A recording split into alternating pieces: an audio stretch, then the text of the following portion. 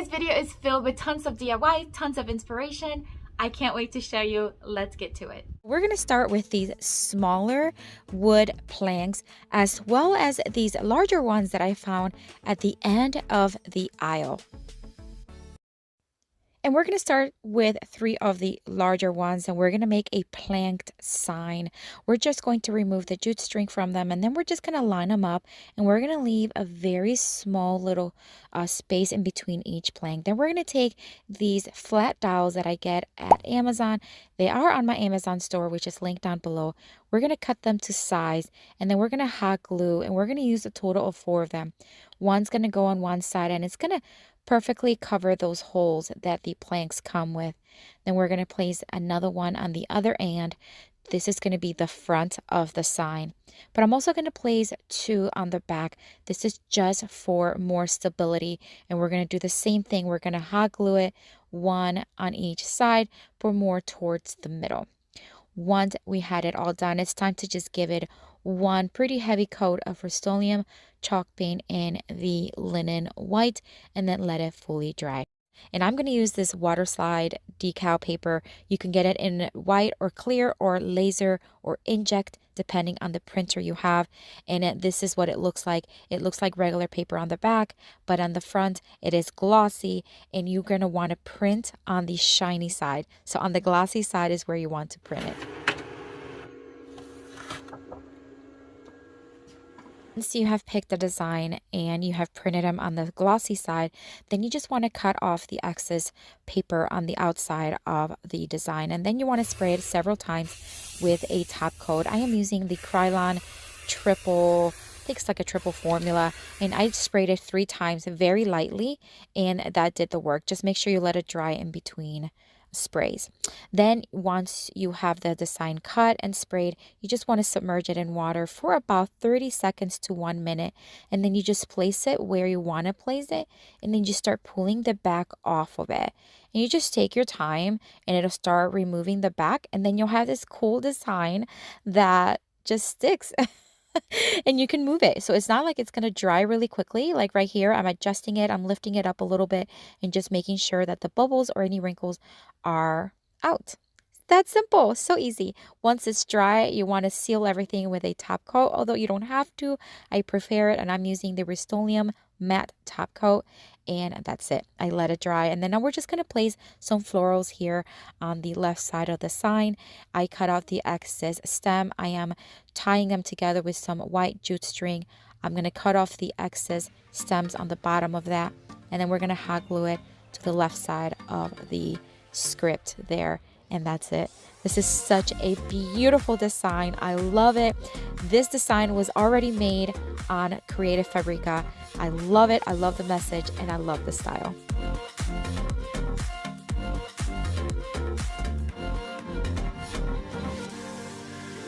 Our next Dollar Tree DIY, we're going to take 3 more of those wood planks from the Dollar Tree, and these are the larger ones again, and we're going to paint them. This time we're going to paint 3 different colors. The top one is going to be in this beautiful Highland Blue by Rust-Oleum milk paint.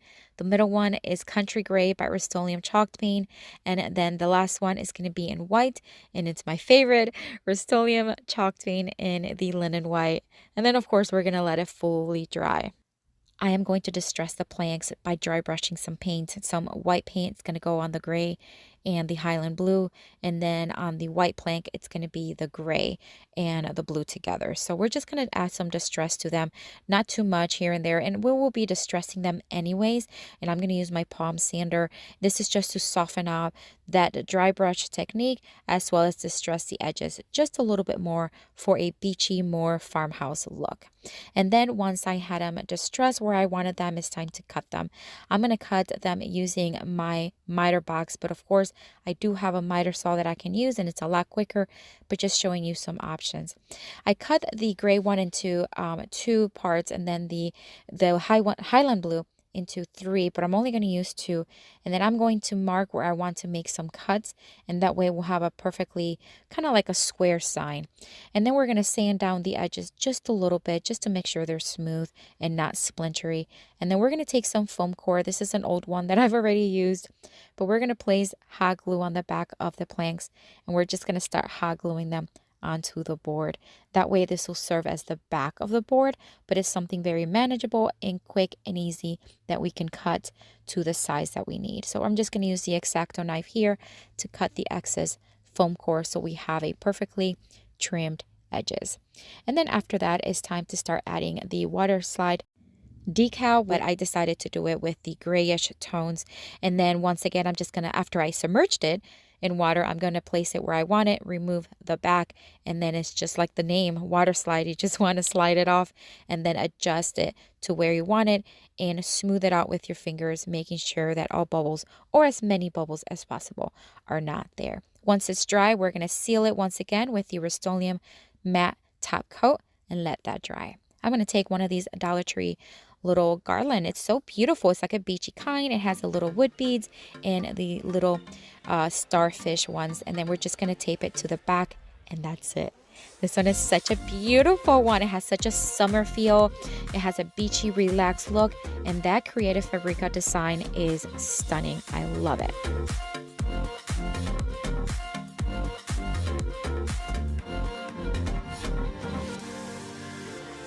For the next Dollar Tree DIY, we're going to take 4 of these smaller wood planks from the Dollar Tree. We are going to fill in the holes with some wood filler, and that's because we don't want to see those holes on this one. And then we're going to, while that dries, we're going to dry fit the wood planks here because we want to cut the sides one. So I'm just going to dry fit it and kind of make a mark with the pencil on where I need to cut. And that way I'll know I can take it to my miter, either my miter box or my miter saw, and we're going to cut 2 of them, 1 for each side. Then we're going to sand down that wood filler as well as the edges so that everything is nice and smooth. And then it's time to place everything together. We're going to use some hot glue.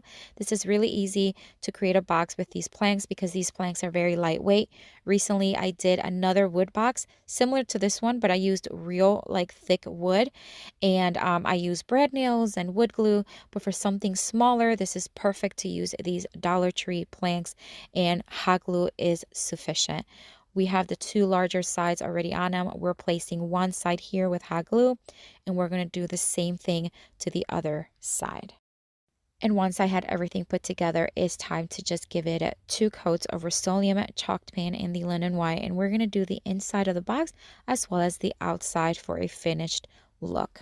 And then once again, we're going to use my design. This one was a font that I used from Creative Fabrica, and then I typed it out on a Word document after I downloaded the font, and then I printed it in the water slide paper. And as you can see, you can move it around if you need to, and then just make sure that you straighten it out and remove any wrinkles from the design.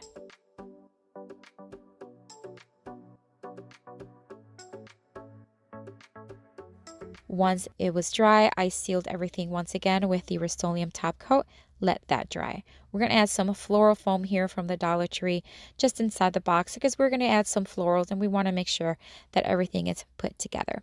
So we're going to add the foam to fit all inside of the box, and then we're going to start adding some florals from Walmart. These are they kind of look like baby's breath, but they're not. They're just these tiny little white flowers. I think they're so stinking cute. We're just going to start adding them all around the edges of the box, and then we're going to add some sunflowers that I already had on hand and I used at a different project. We're going to add 3 of them. We're going to just put them right inside, and that's it. This one is beautiful. I love the farmhouse style. I love that it's so summery with these sunflowers, and look at that font, how beautiful, from Creative Fabrica.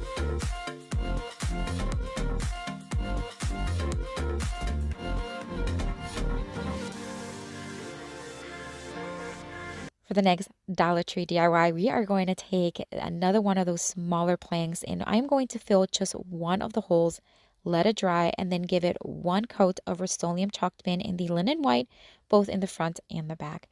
I did drill another hole to match that other one that we left open on the other side of the wood plank.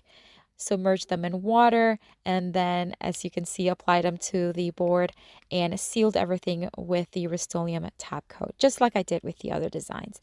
Now we're going to take some of these Dollar Tree chains. These are like the planter hanger chains, and I'm just going to use one of the chains and then two of the clips.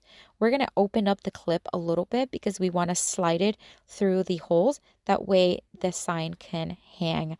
This is going to be a little occupied or available sign for my bathroom door. I created this sign about 2 years ago maybe. So we're going to add one of these little hooks right underneath. You just kind of screw it in. It's really easy. And then we're going to hang the sign there. And I think it's so stinking cute. So this one says occupied, but you can flip it and then it'll say available. And I just think it's so adorable. I love the way it turned out.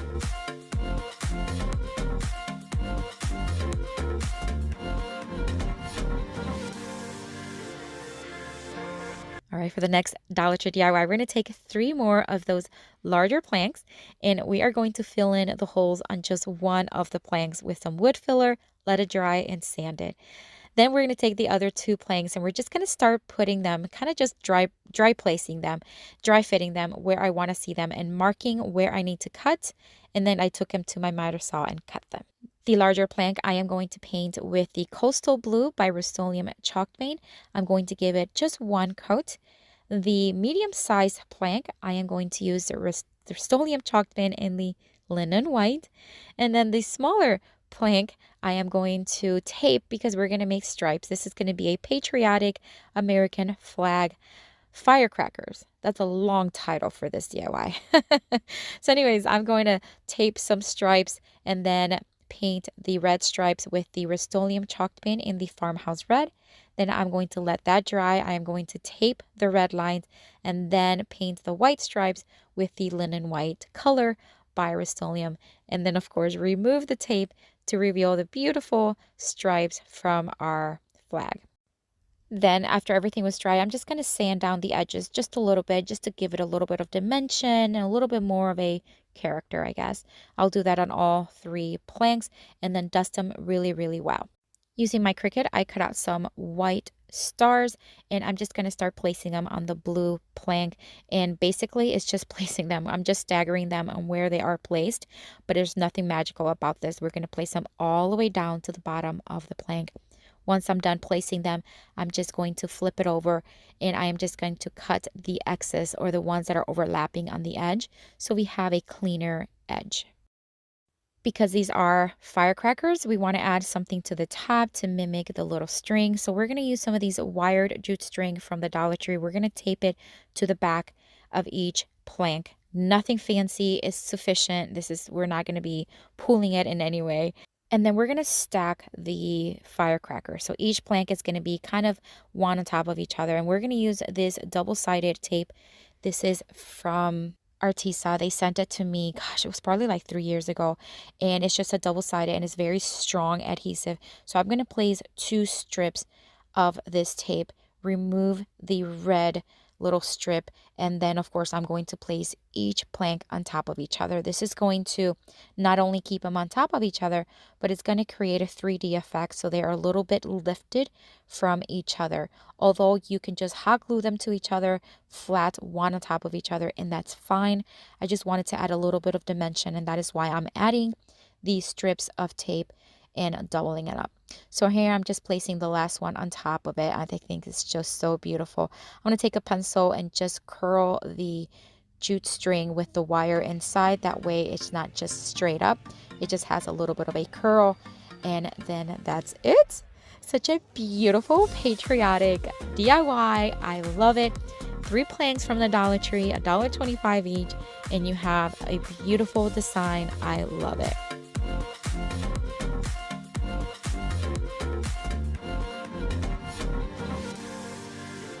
All right, first item is this cute little box. I don't know if it's like a bucket, a box, a planter maybe.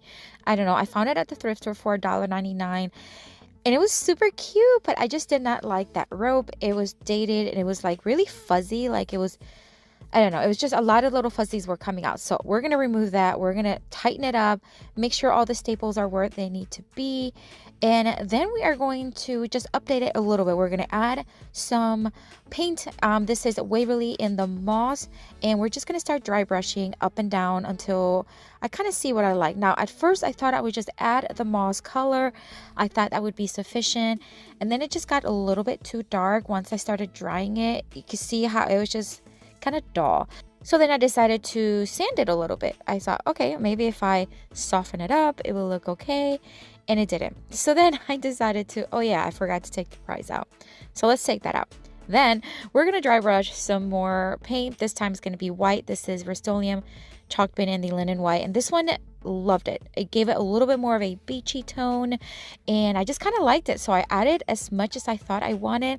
And then let it completely dry. I also did the rim on top just a little bit. That way it just kind of matches everything. But we let it fully dry. And then let's bring on some Dollar Tree items. So we're going to start gluing some nautical rope. This is the white kind. You can get this at Dollar Tree pretty much all the time. They have them all the time.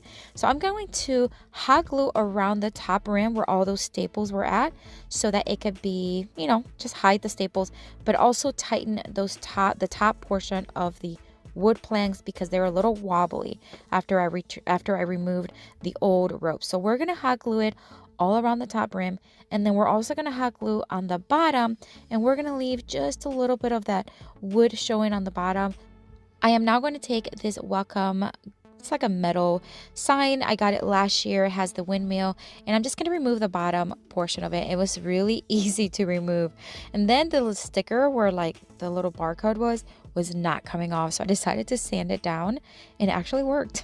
So if you have trouble getting these out, sanding it will work. All right, then I'm going to use the same bucket just to kind of round off the what will be the handle. So we're going to put it in through one side, use my needle nose clamps there, and then we're going to do the same thing on the other side just to kind of turn it a little bit and create a cute little handle. I added some Dollar Tree florals and some faux boxwood, and I think it turned out absolutely beautiful. Love it.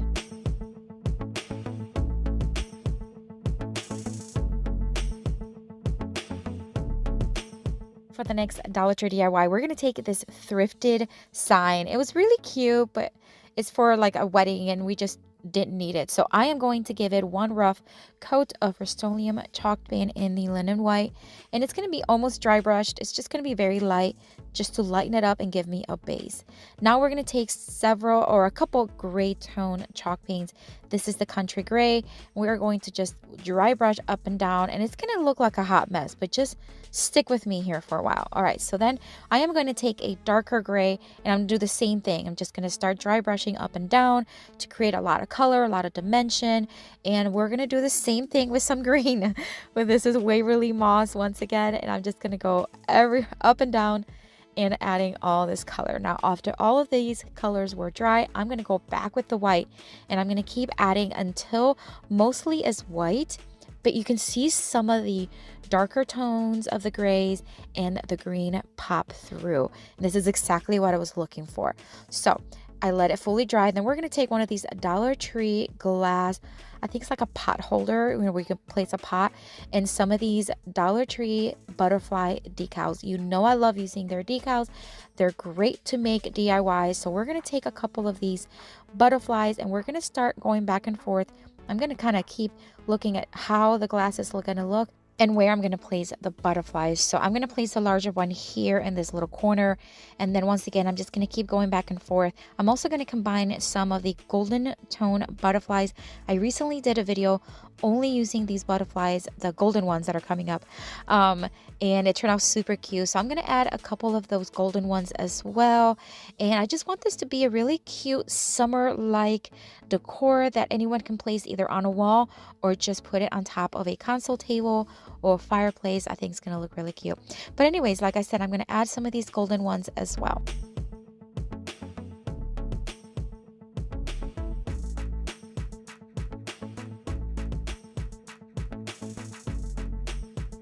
Now to attach the glass portion, this is a very heavy glass, so I am going to use some of this Dollar Tree super glue. It's actually really good glue. If you do not have it and you need super glue for $1.25, it's a pretty good deal. I'm going to dab a little dab on each little dot of the glass portion, and then we're going to place it kind of like, in the middle, and then we're going to leave it dry or harden overnight. I really want to make sure that this glass is not going to fall, and it did not. I actually picked it up and the next day and took it to my booth where I sell my items, and it was not budging. It was not coming off. I even shook it to make sure it was not going to come off, and it worked perfect. I think it turned out so beautiful. What a great way to use this glass, as well as the butterflies from Dollar Tree, and it's a thrifted item. I didn't spend much.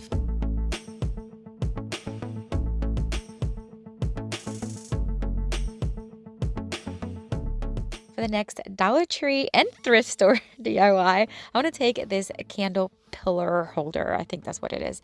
I'm going to wipe it well, disinfect it, clean it. Just, you could tell it had a lot of grime on it. So I want to make sure I'm cleaning it and then dry it really, really well. And then we're going to start giving it one coat of the Waverly Moss chalk paint. Beautiful coverage, beautiful color. And I'm going to do it all over as a base coat.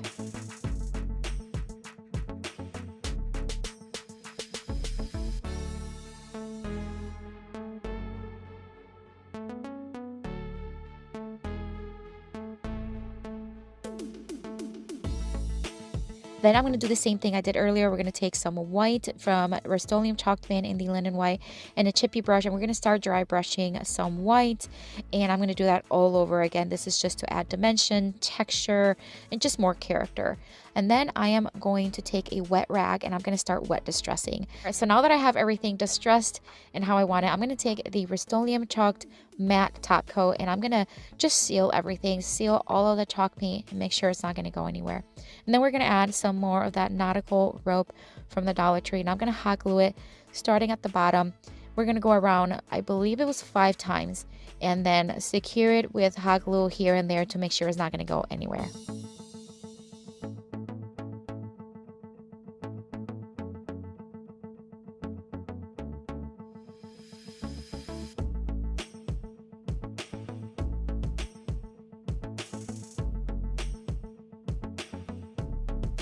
I'm going to carefully remove this starfish from this Dollar Tree summer sign. I think it's really cute, but I want to use that on my DIY. So we're going to remove it, and then we're going to just attach it with hot glue. That's it. Very simple, very beachy, very summer. I love the colors, and I do have it on my booth for sale as well, so I'm sure it's going to sell. Look how stunning this pillar looks. I really, really love the way it turned out.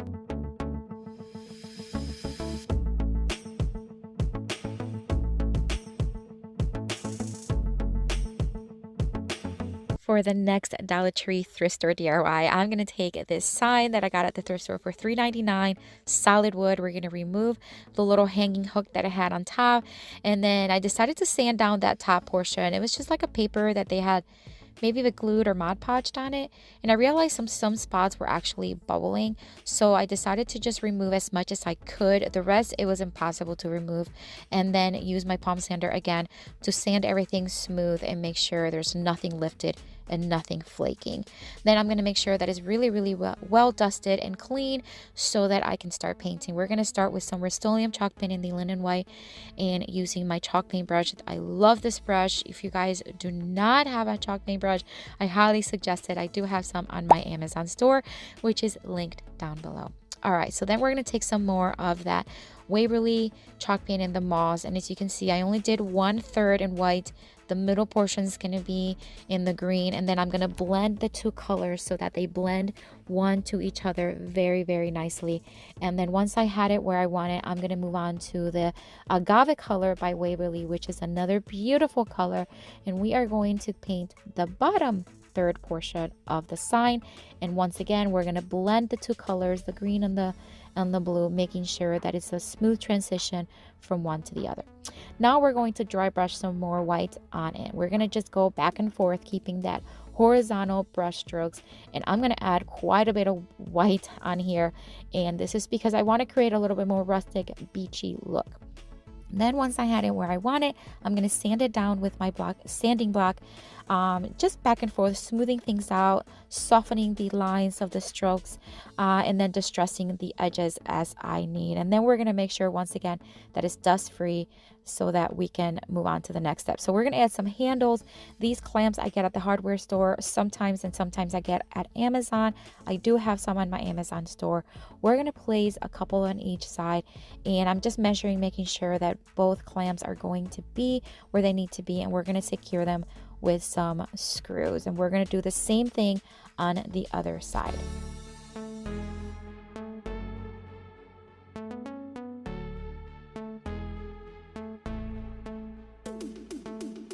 And now we're going to take some more of that same nautical rope, and we're going to add them as handles.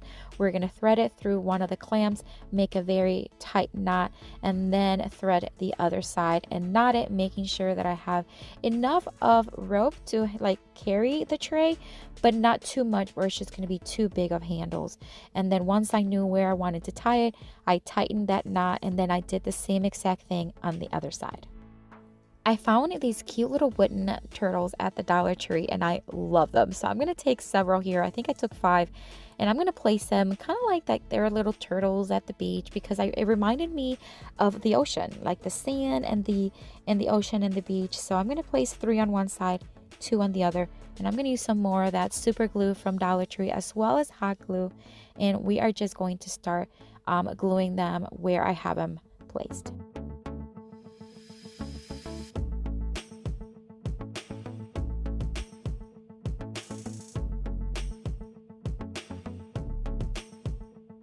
I completely forgot to seal this tray. I should have sealed it before I added the handles and the turtles, but it's okay. I sealed it with the spray top coat from Rust-Oleum, and this one turned out beautiful. I have it on my booth, and I know it's going to sell right away. Love it.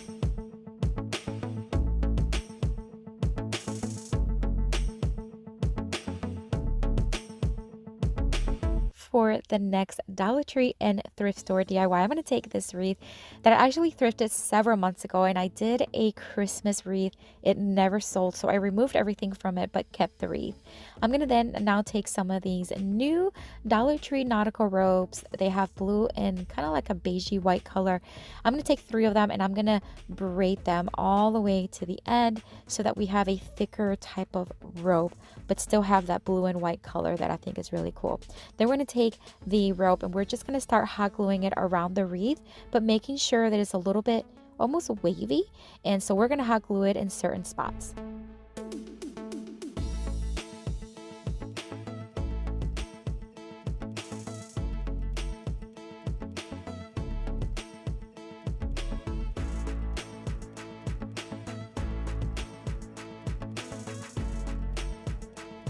Then with the final one, I'm going to add some more tape, and this is just going to keep those ends together, and you're not going to see it because we're going to put some decor on it. So we're just going to hot glue it right where we started. And then it's time to start getting some things ready for us. So I found this Dollar Tree wooden anchor. I thought it was perfect for the theme. I'm going to paint it white. I gave it 2 coats, and I did the same thing with 3 of the little turtles that we used earlier because I think it would be cute to add them to this wreath as well. So 2 coats on each. I let it fully dry, and then I decided to distress the edges just a little bit. So I'm going to take a makeup sponge and some antiquing wax by Waverly, and I'm just going to start applying some of the antiquing wax on the edge of the anchor as well as the turtles. This is going to add some dimension, give it a little bit of distressed beachy look that I'm looking for. So I did the same thing, like I said, on the little mini turtles, and then it's time to start applying everything on the wreath. I am going to start adding some of these faux grass that I get on Amazon, and I cut 1 pig into separate little pigs, and we're just going to start placing them towards that side where we have the joint rope. And then we're going to add several facing upward and a couple facing downward, and then this is exactly where we're going to hot glue the anchor to cover everything, and I think it just kind of blends really well. So I'm just going to add some hot glue, nothing major. The anchor is kind of lightweight, so hot glue was completely sufficient. Add my wire cutters on top to add some weight until the hot glue hardened. Okay, so the little turtles, we're gonna hot glue them on the rope here and there where I kind of see where they look right, And I think they're just so cute. I love sea turtles to begin with, and I think these little baby wooden ones look so stinking cute. I thought something was missing all around the wreath, so I am going to add a couple of those little faux grass picks all around, kind of like one where each turtle is, kind of, and it'll just kind of finish it off and just really make it look like a wreath. And I just love the way this one turned out. It's nautical, it's beachy, it's summery, and it was so inexpensive to buy. And then I only used mostly Dollar Tree items. Love it.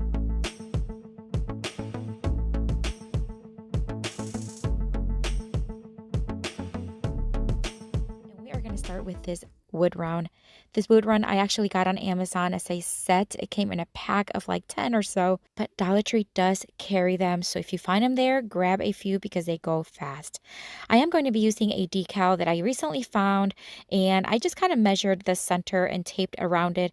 Then I'm going to paint that center portion using Rust-Oleum chalk paint in the linen white, and then remove the tape and just kind of dry it with the heat gun because it just goes a little faster. Once it was dry, it's time to bring in the sanding block and just sand down the painted area as well as the sides, just to make sure everything is nice and smooth. And of course, you want to make sure everything is dusted and clean so that the wallpaper can stick. This brick style wallpaper is beautiful. I can't believe these are $1.25 at the Dollar Tree. I folded it in half long ways, and I'm just going to cut it right down the line. This is going to give me equal sizes so that I can place them on the bottom and the top of the white line. It is just like its title says, peel and stick. You just remove the backing from it, place it where you want to place it, and then stick it just like a sticker. So I'm going to place it on the top, on the bottom, then I'm going to flip it over, and I am going to use an X-Acto knife to cut out the excess wallpaper.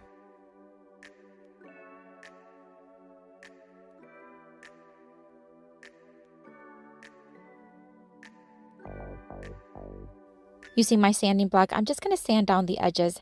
This technique really helps that sticker or the wallpaper really smooth out the edges around the wood piece or around the piece that you are covering. I love this technique. I highly recommend it. So here's a peel and stick that I recently found. It says Be the Sunshine. It's beautiful, it's bright, and I just think it complements that brick color really well. So I'm just going to place it right in the center, and I'm going to make sure that it's nice and stuck on there. Then it's time to add some greenery. This greenery I got, I believe it was at home. It's one of those that really dangles down. I cut off a branch that was just kind of dangling enough to the side, and then I cut a smaller one to just fill in that top portion. I'm going to mark a couple of dots where I need to drill a couple of holes. I just figured it would be easier to make sure that it is stuck on there with some jute string rather than just hot glue. Although I did add some hot glue to make sure it is really, really secure, but adding the jute string and tying it on the back really helps that greenery stick on there very well.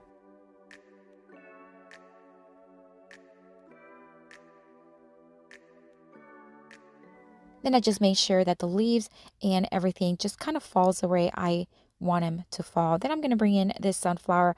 I think it's beautiful. It's leftover from a pick that I had. I'm going to cut the excess stem from the back, and I'm going to add plenty of hot glue and then just stick it right there where all the stems come together, and that's it. I added a small jute string in the back to hang it, but I think it's stunning. I love that wallpaper. It's so easy to work with, and it is absolutely beautiful.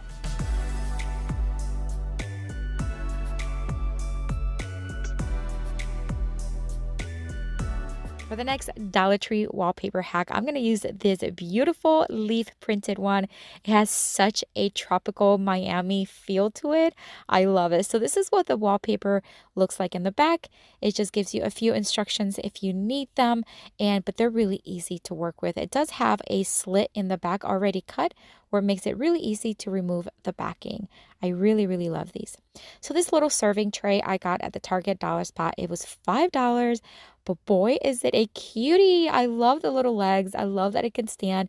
You can actually have a little bit of an elevation if you're serving and have multiple levels. Beautiful. I'm going to use a 220 grit sandpaper just to kind of sand down the surface of it. Make sure that it's nice and smooth, and then of course wipe it really, really well. Then I'm going to place the tray right on top of the wallpaper the wallpaper is flipped upside down. I'm just going to mark with the pencil. I am marking about 1/8 of an inch outside of the tray. So I'm going to have a little bit of a give. This is going to allow me to cut and make sure that I am going to have enough to cover the entire tray. And I'm just going to cut it using my scissors. I'm just about done with this one. I'm just going to peel off the back of it, and then we are going to place it right on top of the tray. Really easy, very easy, everyone can do. I want to make sure that it's stuck really, really well, so I am going to also roll it with my roller.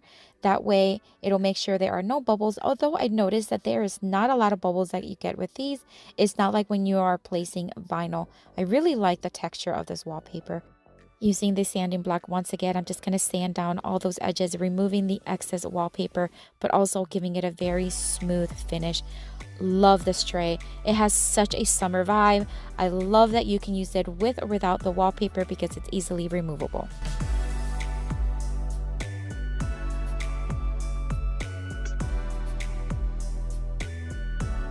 For the next Dollar Tree wallpaper hack, I am going to start with one of these little galvanized metal boards that I found at the Dollar Tree. I'm going to tape the edges with some painter's tape because I am going to paint them and I want to make sure that it is covered. I'm going to use Amy Howard's One Step paint, and this is in their Spa White. It's like an off-white. It has a grayish undertone. I'm going to give the edge 2 coats of it.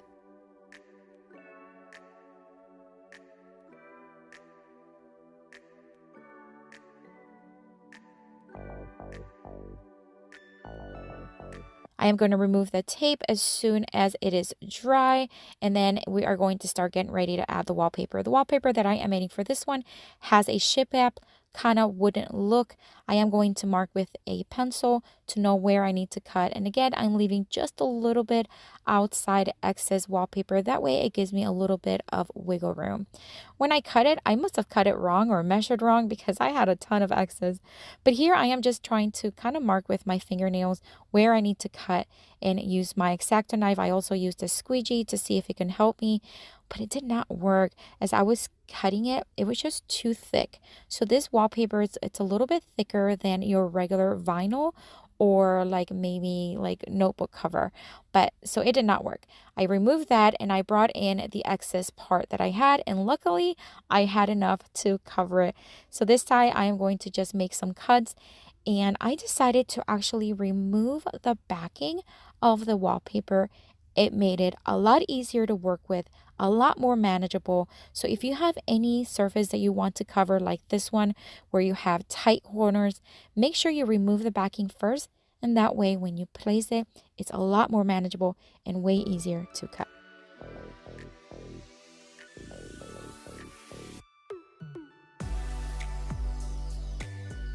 I found that X-Acto knives really work well for these corners, but honestly, it's not perfect. Even with the backing off of it and it being a lot more manageable, it's still cut to where you can still see some of the galvanized metal behind it.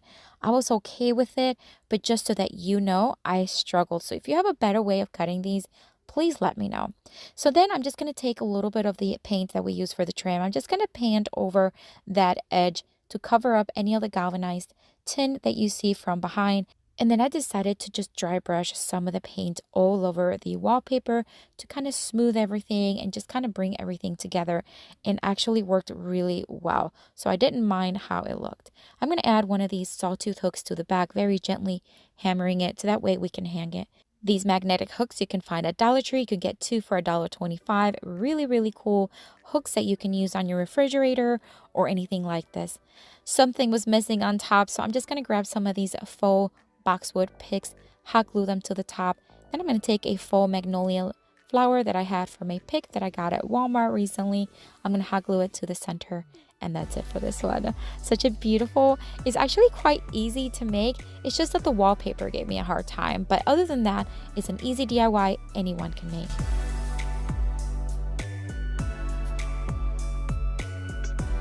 Next Dollar Tree wallpaper hack, I'm going to take this leftover Christmas sign and remove the string, and I'm also going to sand down all of the glitter that's on it.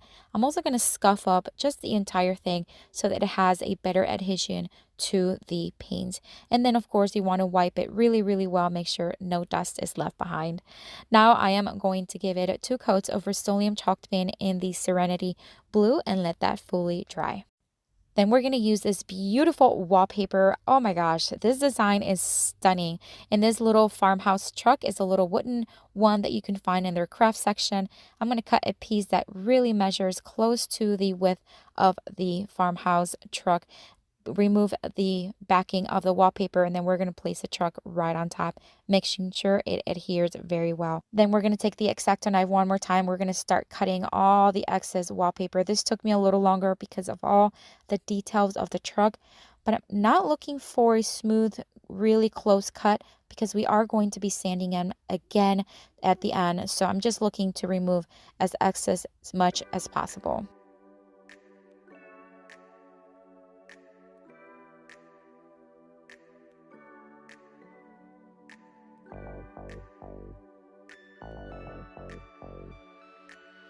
On the tire area, it was easier to just kind of poke it and then just kind of slice instead of cut.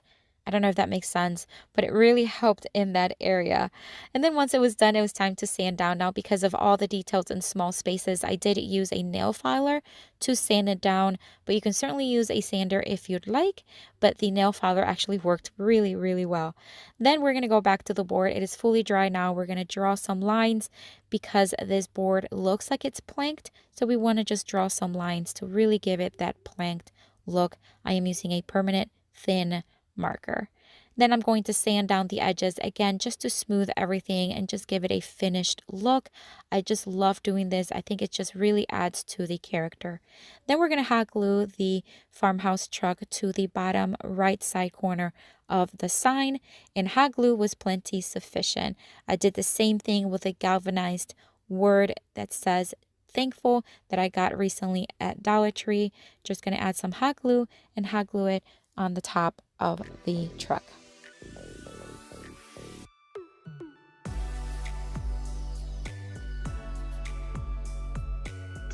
I am now going to take some faux boxwood and I am going to take 4 little picks, bundle them together, tie them together with some jute string, and then hot glue it to the left side corner of the sign.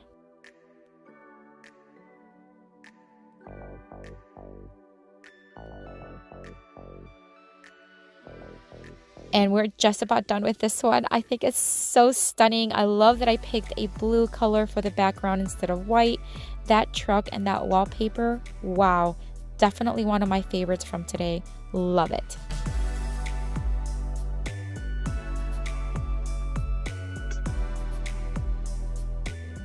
We're going to start with these 2 boards that I found at Dollar Tree. They have a beautiful design already, but I'm going to switch them up just a little bit. I'm going to give them 2 coats of Waverly chalk paint in the white, and I'm going to do the same thing on both of them. If white is not your thing, you can always use any other color. I think a beautiful teal color would be great. I'm going to take this marker. This one's from Artisa. You can use any marker you have on hand, and I'm just going to start distressing the edges. I'm just going to go just on the edges. I'm not going to mark every single space in the edges, just here and there. And then in some spots, I'm going to go a little thicker for a little bit more of a distressed look.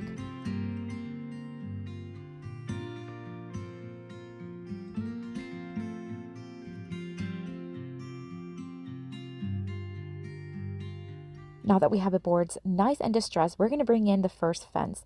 This one, again, they're all the same size and they have like 4 panels. I'm going to take 2 of each end, and I'm going to first mark with a ruler so that I can cut using my shears and go as straight as possible.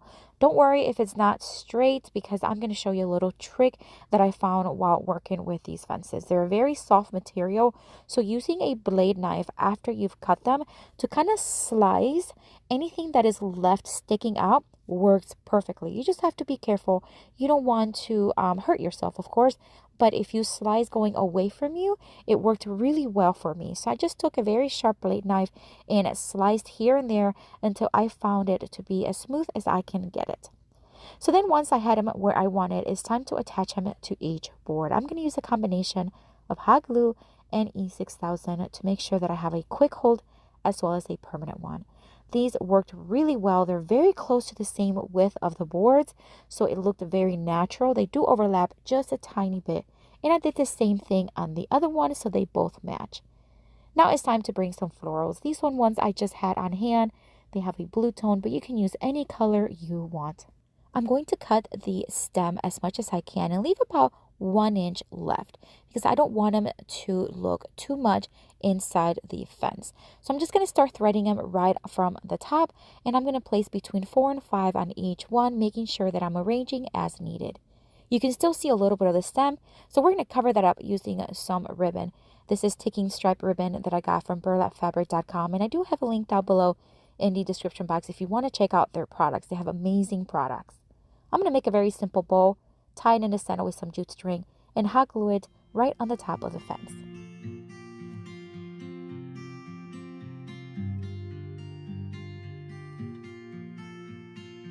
So that we can hang these on the wall, I am going to take some jute string and just going to hot glue it as well as duct tape it to the back. This is going to give me a nice, secure, and clean look so that if I gift it to somebody, it looks nice and professional. And I love the way this turned out. I love the simplicity of them, how fresh they look, and they both will look beautiful in any spring decor.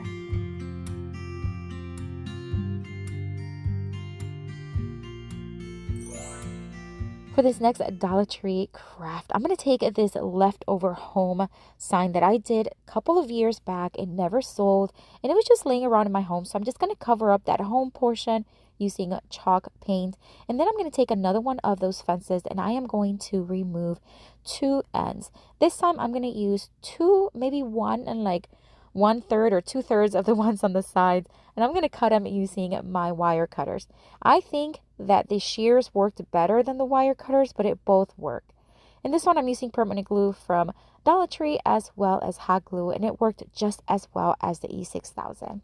So I'm just going to hot glue it right on the bottom of it. We're going to do something a little bit similar to what we just did, but it's going to be a little different. It's going to give you another idea. So once I had it where I needed it, I just kept adding hot glue here and there until all the pieces were nicely attached.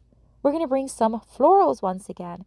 These I already had on hand. We're just going to use these eucalyptus pick just to kind of guide me in where I want to drill a couple of holes. Because this board is real wood, I'm just going to drill them, and then I'm just going to thread some jute string so that we can attach them and tie them on the back. Before we tighten the jute string, I am going to place all of my picks inside of it. So I'm going to take a few different flowers here. These are all from Walmart, and I love the vibrant colors. So I'm just going to start placing them one higher than the other, and that way it's going to have nice and height and texture. Once I had them where I wanted them, I'm just going to fluff them as needed and then flip it over and tie it in the back nice and tight so that it does not go anywhere. And then it's time to bring in one of these dragonflies. They're so beautiful. They have these in the spring and summertime all the time at Dollar Tree. I'm going to cut off some of the stem using my wire cutter, and then I'm going to thread it on the opposite side of the florals just for an added touch of color and beautiful touch. I'm going to thread it in there, but I'm also going to hot glue it on the back just a little bit for extra security. Instead of adding a bow on this one, I am going to add this beautiful vibrant sunflower just to hide all that knotting and all that jute string. But look how gorgeous this looks. I love the colors. I love how vibrant it is, and it will look great in any decor.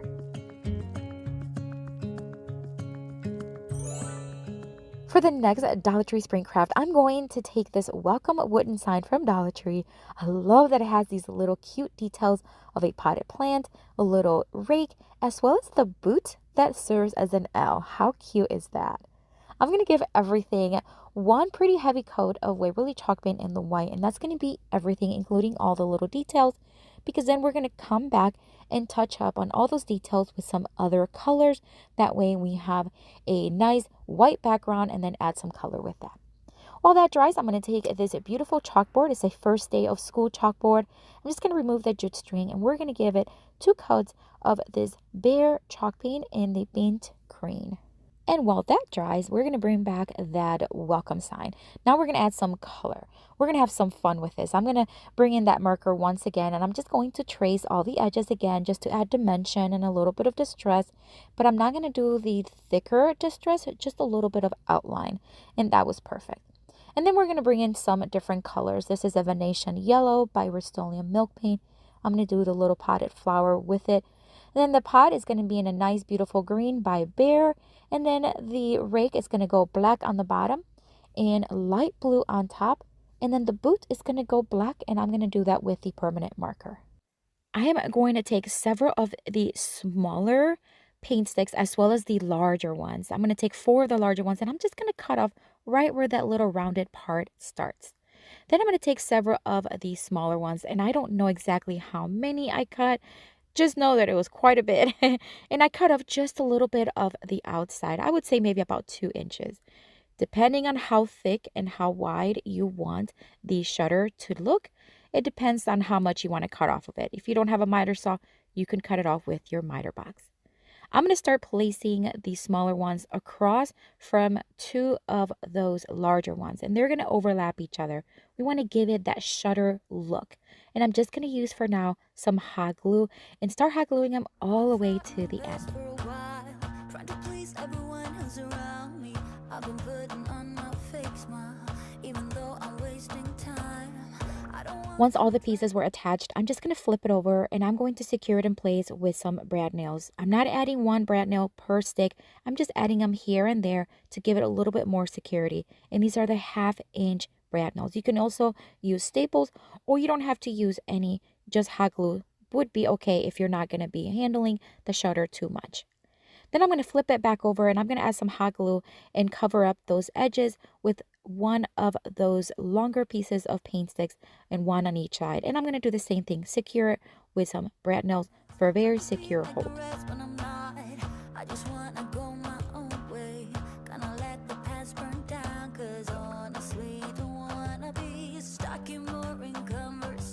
Once I had it where I wanted it, I'm just going to use some wood filler to fill in the little holes where the brad nails are in, just for a smoother finish, although you don't have to if you want more of a rustic look. Once I had them all filled, I'm going to let it dry, and I am going to sand them down just so that it is smooth and get it ready for some paint. Speaking of paint, I am going to paint it all back and front using some Rust-Oleum chalk paint in the linen white, and I'm going to do a couple of coats.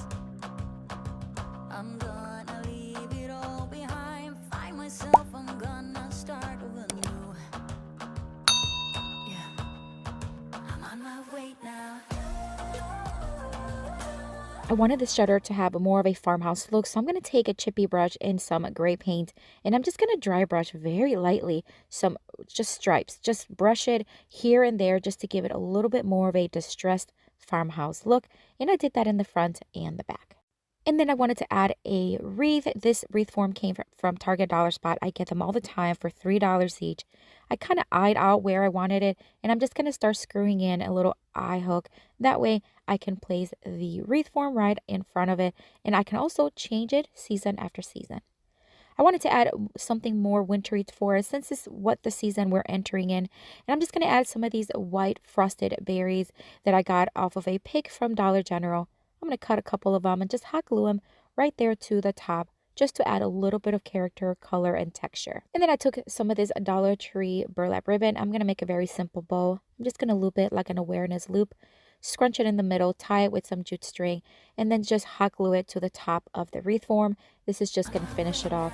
But I think this one turned out absolutely beautiful. So inexpensive to make and definitely so easy. Anyone can do it. For this next DIY, we are going to start with 2 of these extra large painter sticks and 5 of these back scratchers from the Dollar Tree. I'm just marking here where I want to cut off excess parts of this, like the ends and that kind of thing. And then I'm going to sand down the edges to make sure there are no splinters. Now you can make this whatever size you want, whatever color you want. And the 2 painter sticks I'm going to paint white, and then the back scratchers I am going to paint black using Waverly black paint in the ink. And again, you can use any colors you want.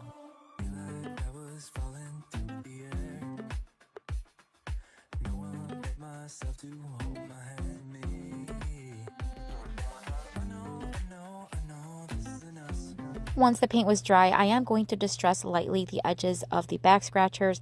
That way it just, you can see all those details. And I just love these little back scratchers. I'm surprised I haven't seen many DIYs with this online, but I'm glad I got these. So anyways, just sanding them down, and then now it's time to put things together. I'm going to place the two white planks, I guess, one on the bottom and one on top. And then I'm going to just stagger the black spindles, we're going to call them spindles, and evenly across the middle there until they are kind of even as possible. And then we are going to brad nail them in place.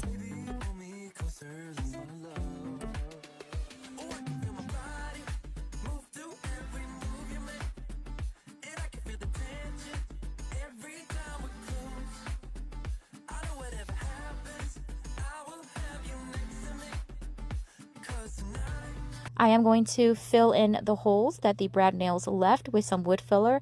Then I'm going to scrape the excess wood filler and then sand it down until it's smooth. And then I am going to paint just a little bit to make sure that everything is nicely even and look beautiful.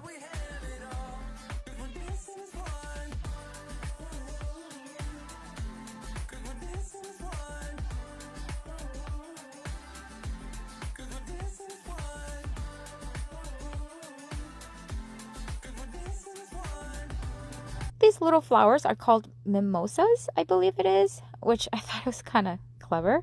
I got them at Walmart during the summer, and I thought they were really cute. I think it will go for, you know, really everyday decor. And I am going to just place one little branch on each one, and then I'm going to staple them in place.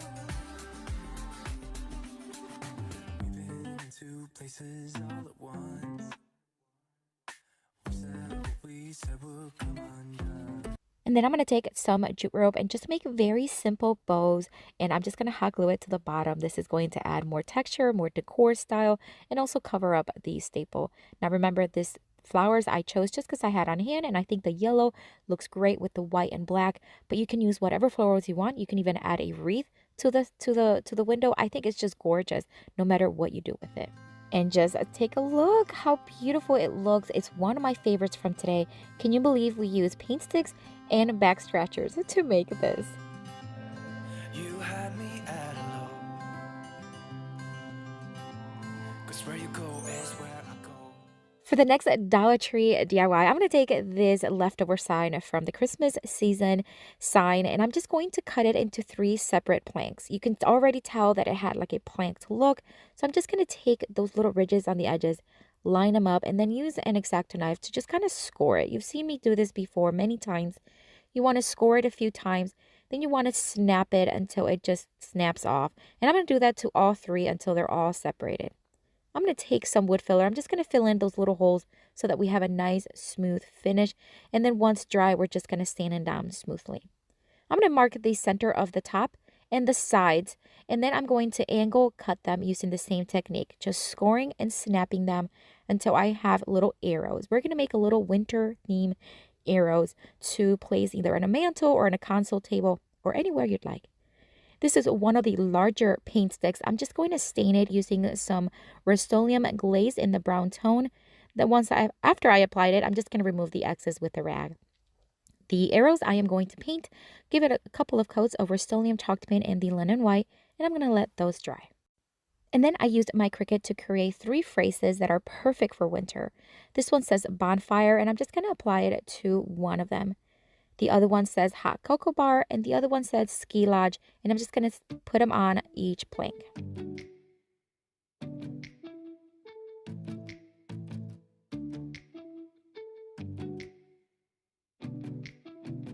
And the final step is just to hot glue them in place. Just make sure that each arrow is facing a different way. And then hot glue is sufficient. I'm just going to place them right on top of each other. Kind of got a little tilt to them just for a little bit more character. And then I decided to sand down the edges because I just wanted it to look like it's been outdoors and it's weathered. And I think the sign is so stinking cute. I love it. I'm definitely going to use it in my mantle because it is just perfect for winter.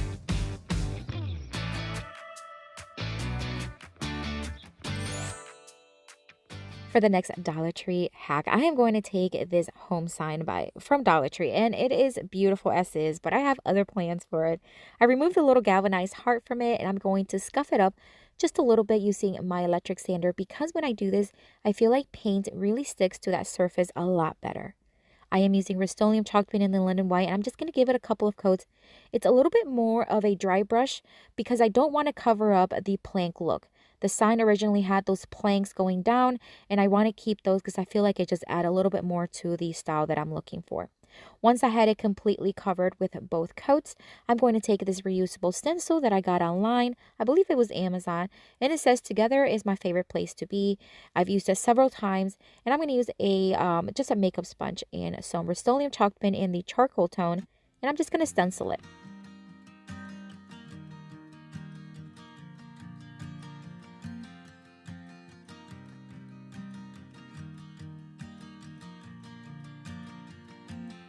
I did have to move the stencil for the bottom portion of the stencil because it wasn't wide enough, so I had to put them right next to each other instead of on top of each other.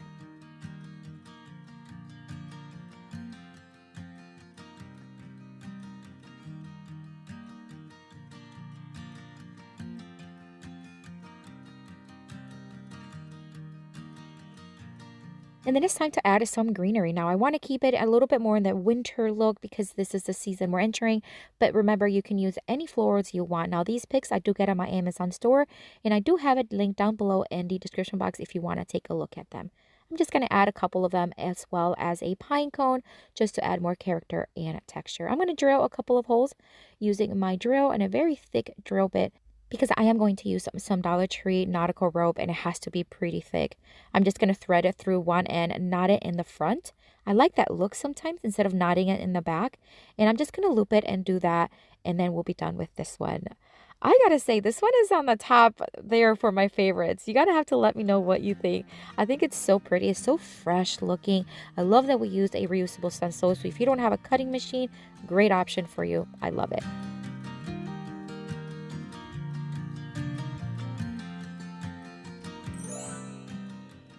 This next DIY is so easy. Now, this little house came from Target Dollar Spot, and it came in a set of, I believe, like 3. I'm just going to stain it using Rust-Oleum glaze in the gray tone. Once it was dry, I'm going to use a portion of this huge stencil that has these nice snowflakes. I found one that was big enough to cover a lot of the little house, and I'm going to use another makeup sponge to just stencil it.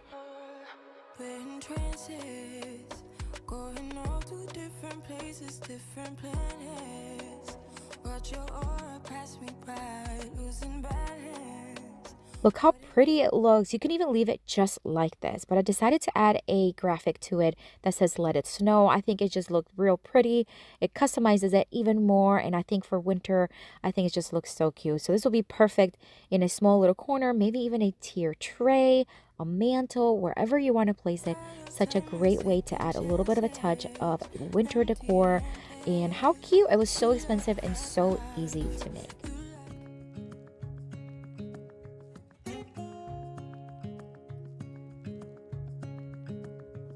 It is now time to attach it to the board. We're just going to hot glue it in place towards the top of the board.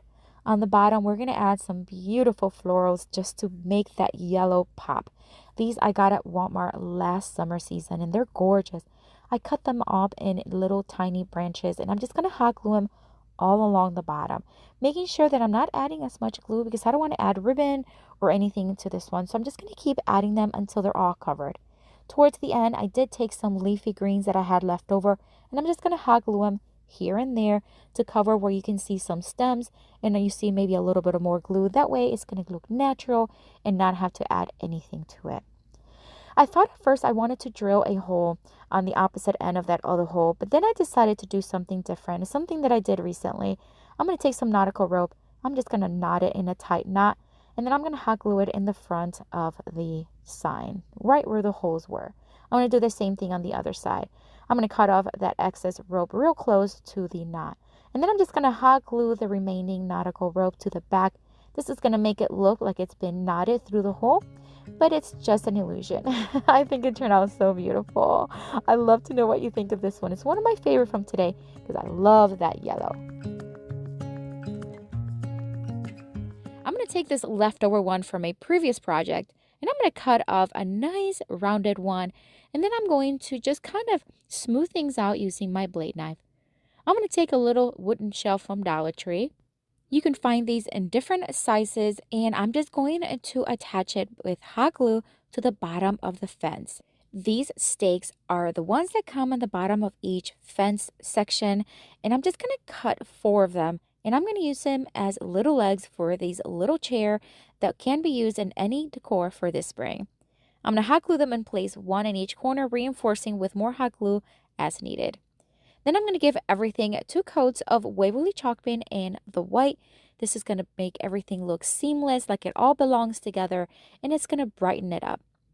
I did want to add something to the actual chair, so I got one of these rub-on transfers from Dollar Tree, and I'm just going to start rubbing it towards the bottom right corner. Now, I'm not looking for perfection. I do want it to have a little bit of distressed look, so I'm just going to rub it as needed, but not press on so firmly that is going to completely attach. With these little faux flowers, I'm just going to make a little bundle, and I'm going to tie it together using some nautical rope from Dollar Tree and hot glue it in place. Then I am going to attach it to the left side of the back of the seat, and that way we're going to hot glue it and tie it with some jute string. That way it's going to look nice and festive. And this one is totally my favorite from today. I love using these fences.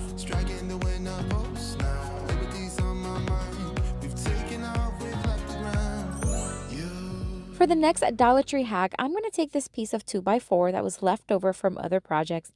I'm going to sand it down very smoothly. It did have tons of splinters, but using my palm sander makes it so much faster. But if all you have is a sanding paper or a sanding block, you can use that as well. I'm going to dust it really well, and then I'm going to give it 2 coats of Waverly chalk paint and the white.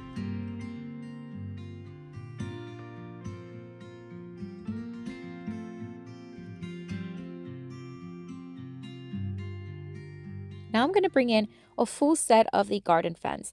I'm going to remove the stakes from the bottom, and then I'm going to cut off the 2 middle pieces, being very careful to cut as smooth to the edge as possible so that it looks nice and even. These shears I get at Amazon, and I do have on my Amazon store if you want to check them out. My Amazon store is always linked down below in the description box. Once I had it cut, I'm going to smooth it out once again using my blade knife very carefully. If there's any pointy areas, this is a perfect way to do it.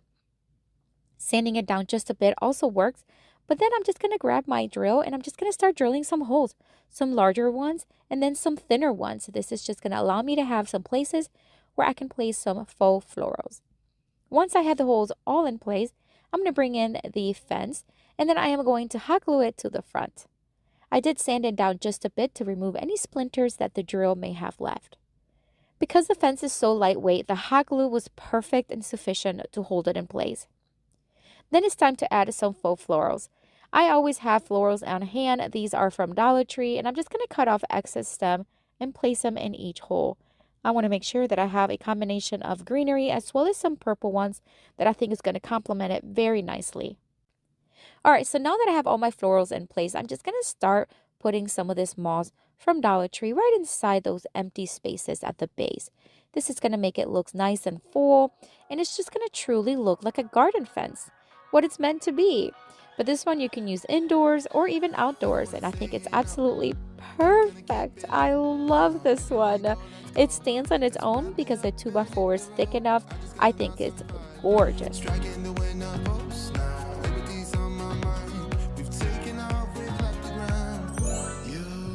For the next Dollar Tree craft, I'm going to take this hanging shelf from Dollar Tree. This is a larger one. I'm going to remove everything from it. It does come with rope and a ring, but we're not going to use that quite yet.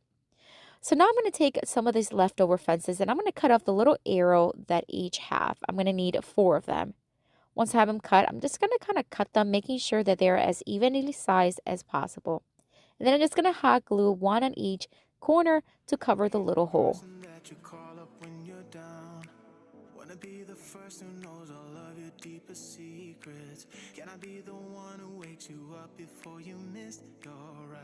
And then I'm just going to give everything 2 coats of Rust-Oleum chalk paint in their beautiful pink tone.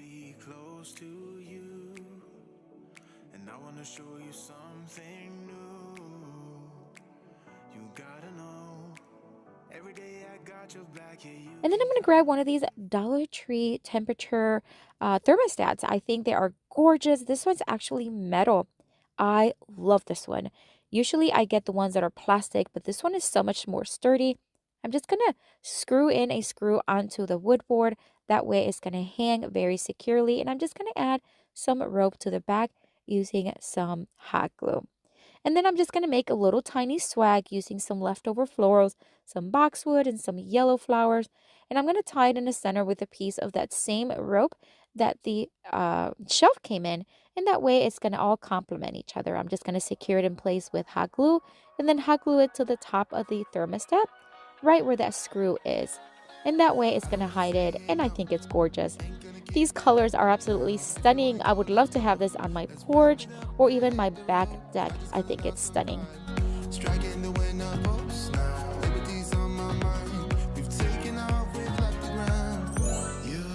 For the next Dollar Tree craft, I'm going to take one of their canvases. This is one of the flat ones.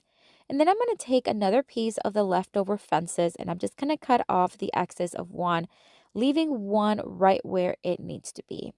Then I'm going to use hot glue, and I'm just going to hot glue it right onto the front of the canvas. I didn't even paint the canvas because it really didn't need it. I'm just going to hot glue it right there in the center. Then I'm going to make a small little swag. I'm going to take some of this deeper greenery and tie it in the center using some jute rope. And then I'm just going to hot glue it to the base of the fence. The sunflowers you can find at Dollar Tree. I'm going to remove the stem and hot glue it to the middle of the swag, and then add some jute string to the back so we can hang it.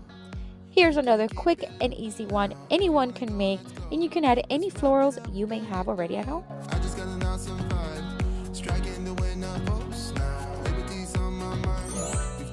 Here's another beautiful spring craft you can make very quickly. If you have any wood beads, I would take some jute string or rope or whatever you may have on hand, and you're going to want to string 6 little wood beads, leaving about 1.5 inches of string after you tie it. You're going to make another little swag. This one is going to have similar yellow flowers as earlier, and you're just going to wrap it around with some greenery on that empty space that was there and hot glue it in place. If you make 4 of them, this makes a beautiful spring napkin ring everyone will absolutely love.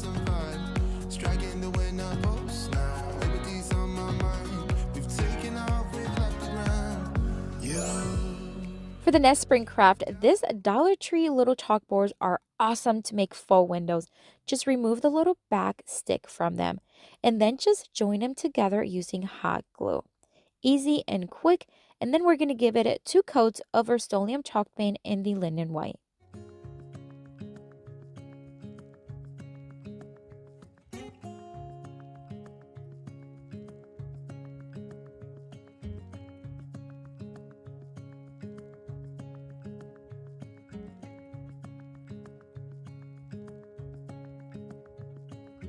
Once the window was completely painted, while it's dry, I'm going to make a little wreath. This is going to be a quick one.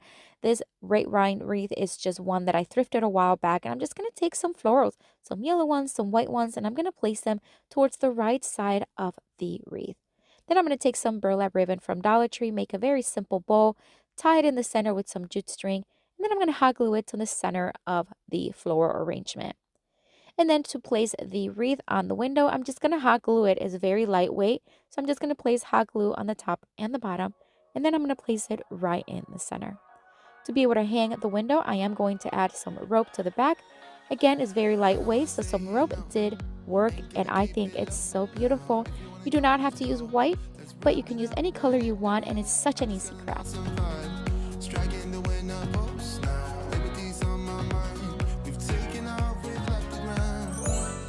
For the next spring craft, I'm going to take this little faux window from Target Dollar Spot. It's part of their winter collection.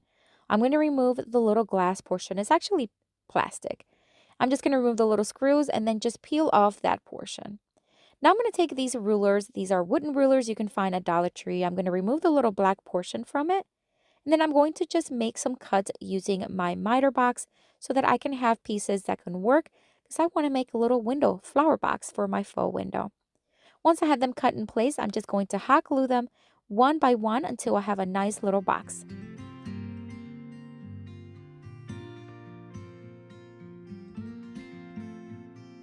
To give the little box a bottom, I am going to use some foam core from Dollar Tree. I just traced it onto a corner, cut it with my X-Acto knife, and then I'm just going to hot glue it in place.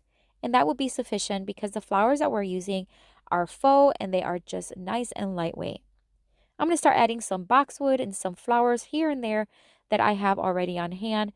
And then I am going to just add a little tag. This little tag is from Dollar Tree. And I'm just going to use one of their chalk markers and put Happy Spring.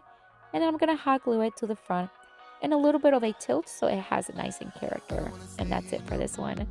What a beautiful little fall window that you can use anywhere in your home for spring, and you can even use it for any season. You just have to change. This DIY, we are going to start with this awesome Pepsi old wooden box I got off of Facebook Marketplace. It was $10. Normally I would not pay this much, but I just had to have it. It has so much character, it's very vintage, and this whole DIY is going to be pretty much keeping it very authentic to its current state. I cleaned up the inside using my vacuum, and then I sanded it down just a little bit using a 220 grit sandpaper and my electric sander. This is just to soften any splinters, anything that may be on the surface. And then I cleaned it off and dusted off. I am going to measure the inside because I want to cover it. The worst part of the box is the bottom portion, the inside of the box as well as the actual bottom of the box. I'm going to take these two Dollar Tree pieces. They are from their summer collection, and I'm just going to draw lines after I measured where I needed to. I'm going to use my blade knife, score it, and then I'm just going to snap it until it comes off. Then I'm going to cut off any excess to make sure everything is nice and smooth. This is going to fit perfectly inside the box. Now both pieces are going to be cut the same size. Then I'm going to place them in. Now they're going to overlap each other. I'm okay with that. I thought about securing them using brad nails. That's the first thing that I thought about. I brad nailed a couple of them and it just did not work. They were coming off. They were just not secure. Then I grabbed a couple of screws and that did the work. I screwed them in the middle as well as on each end. I am now going to measure the bottom once again because as you can tell, it's in really bad shape, but I don't want to mess with it. So I took this piece of old scrap wood that I had on hand and I cut two pieces to fit both sides. Essentially, we are just giving them legs. And then we are just going to pre-drill a couple of holes on each end of the piece of wood. This is going to allow me to screw in the pieces without tools for this DIY. All you want to do is take some thumbtacks that you can find at Dollar Tree. I measured the shelf and made sure that I had about 2 inches on each side, and then I placed the thumbtacks where I wanted them. I used the line on my wall as my guide, but you can always use a level to make sure you are leveled. I'm going to place the thumbtack right in between the knot, making sure that it's secure as I pull down. Then I'm going to place the shelf right inside and then tilt it until it's flat. I'm going to decorate it using some cute summer decor, and I think it turned out so adorable. Such an easy way. Now this is for decorative purposes. Make sure you do not put anything heavy. If you are, make sure you do use screws and that it's placed on studs. But it's so stinking cute. I love that I was able to reuse this from an old DIY, and how cute is this with no power tools?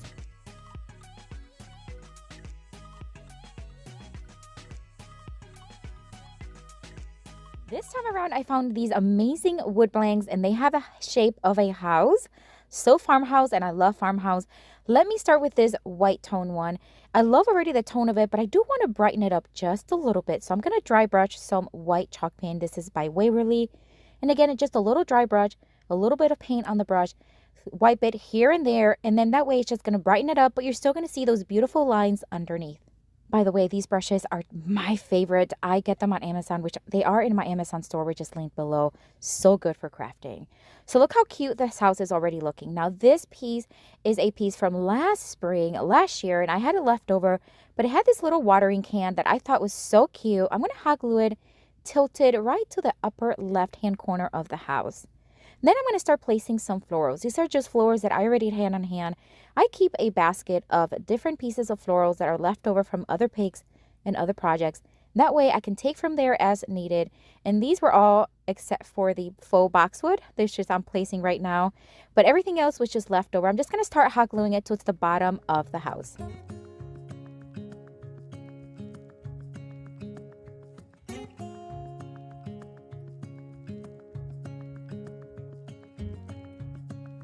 Now I am going to place some moss. This is just to cover up all those stems and all the hot glue. And I'm just going to place a little bit of glue and place the moss. And then I'm going to trim and cut as needed so it looks clean and professional.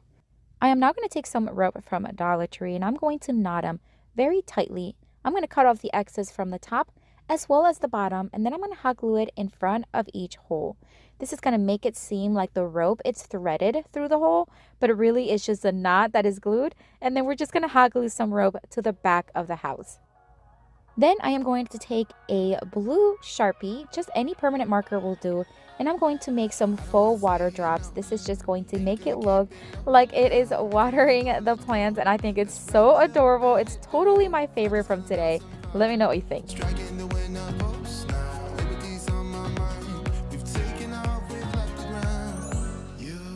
I'm going to take another one of those Dollar Tree houses. This one's in a darker tone. And I'm going to take 4 different craft papers from craft books that I have. Then I'm going to stack them on top of each other. And I'm just going to cut off about a 3-inch piece. Then I'm just going to start Mod Podging each piece one on top of each other. That way the house is going to have a nice background with all these beautiful designs that complement each other. I'm just going to add a thin coat of Mod Podge and then start placing them one on top of each other. Friends, I would love to connect with you on Instagram, Facebook, and Pinterest. And I do have those links down below in the description box. Check them out when you are done watching.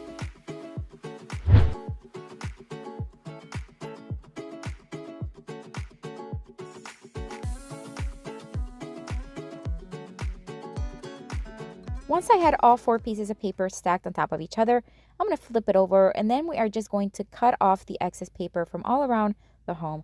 I'm going to use my rotary cutter as well as my X-Acto knife for a very close cut.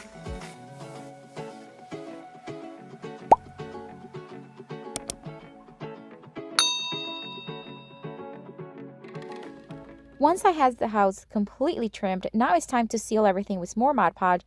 A thin layer would do just fine, and I'm going to do that all around and then let it fully dry. I am then going to take a small little wreath form from the Target dollar spot. I get these there all the time. They have 3 in a pack for $3. I'm just going to hot glue this one to the bottom right corner of the house. And then I'm going to take some little carrots that you can find at the Dollar Tree during the season, during the spring and Easter season. I'm going to take 2 of them. I'm going to trim off the little top portion of the carrot and then add these little faux green leaves to them. That way it's going to have a more realistic, I guess a little bit more 3D. I just didn't like the way that faux green looked on the carrots. So I'm just going to place some hot glue and place the little greenery right inside. And then we're just going to hot glue each little carrot in the center of the wreath form.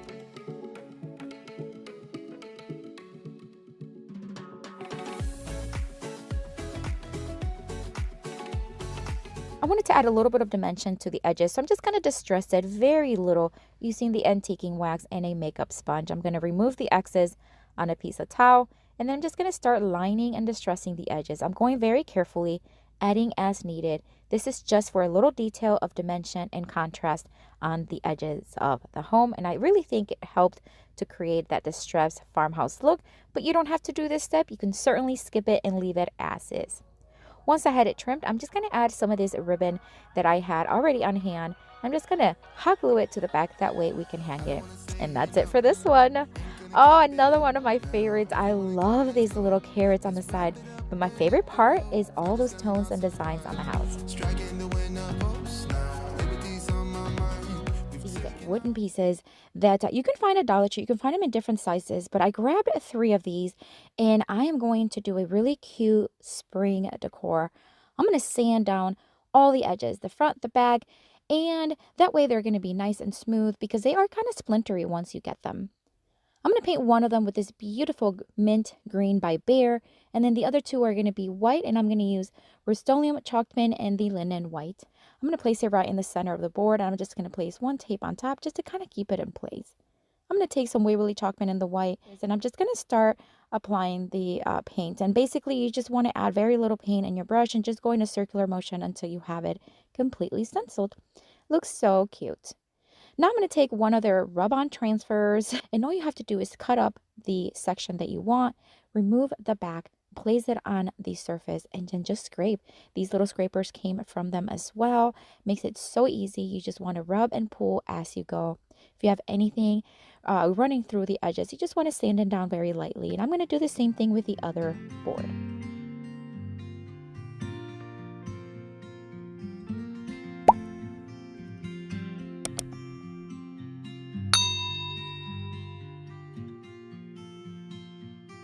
Now that I have all 3 boards nicely set, I'm going to flip them over because we are going to attach them vertically. And I'm going to use a ribbon that I got, I think it was at Michael's a while back. It kind of looks like a shoelace. I was kind of giggling when I saw it. But it is a ribbon, so I'm just going to hot glue it going up one side and down the other. And then after a hot glue, I do want to staple for a very secure hold.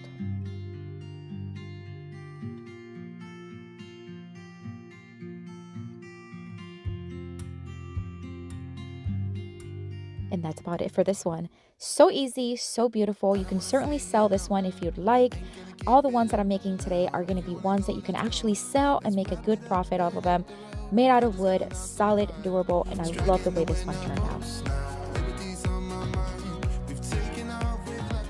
For this next project, we are headed to Lowe's. Now, you can go to any hardware store as long as they have wood. If you go to the wood section, you can find these wood rounds. They're actually tabletops, but if you want to make a durable, large, heavy-duty, well-made with quality finish, these are perfect for it.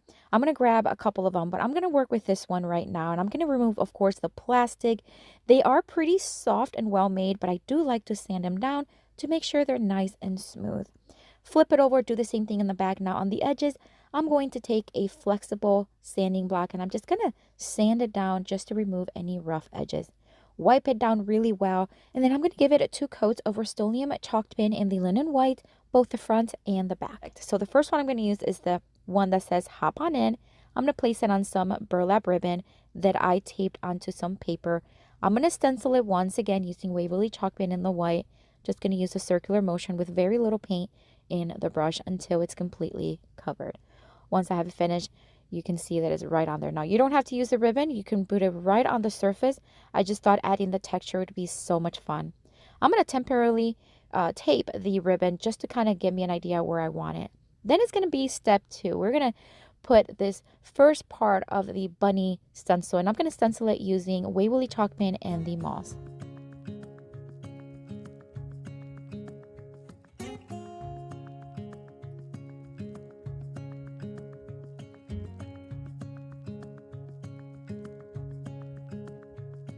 I let that dry, and now we're going to bring part 2 of the bunny stencil. Remember, this is all part of the same set. How cute! You can break this down using in different projects, whatever you want.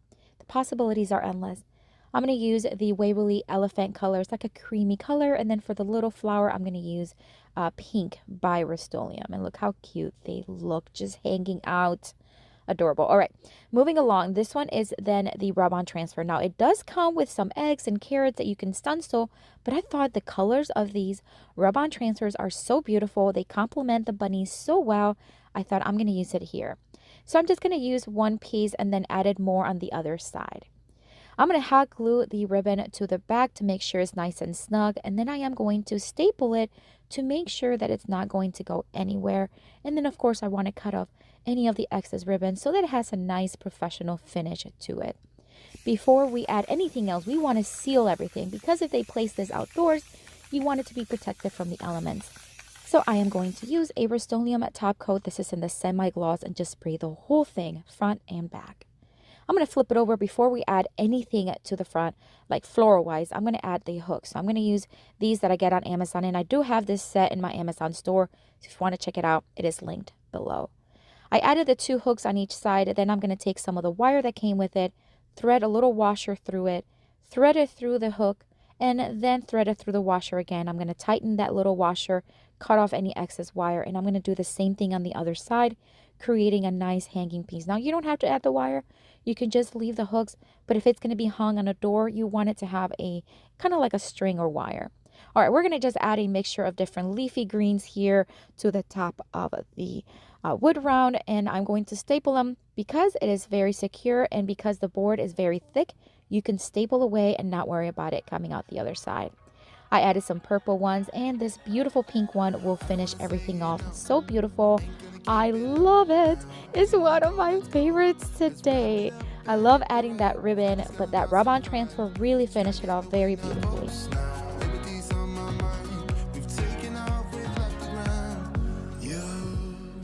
All right, back to Dollar Tree. I'm going to grab 3 of these shelves. These are some hanging shelves you can get in the frame section. I'm going to take 3 of them, and I am going to then paint 3 of these paint sticks, not paint, stain, using Rust-Oleum glaze in the brown tone. I'm going to let them dry.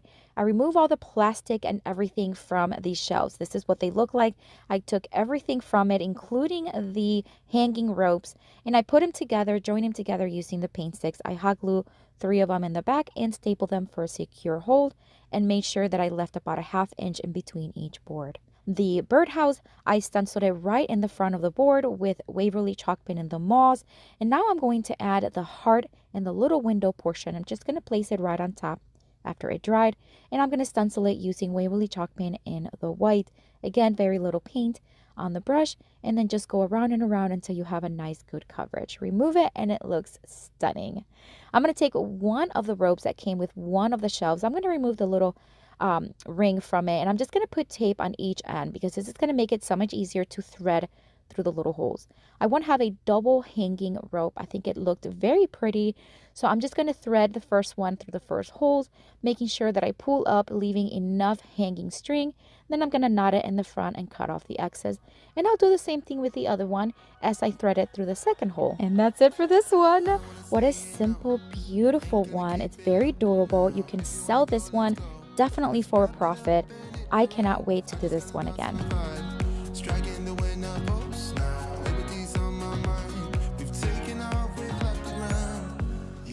Back to Lowe's again. All right, so if you've never crafted with real wood from the hardware store, highly recommend it.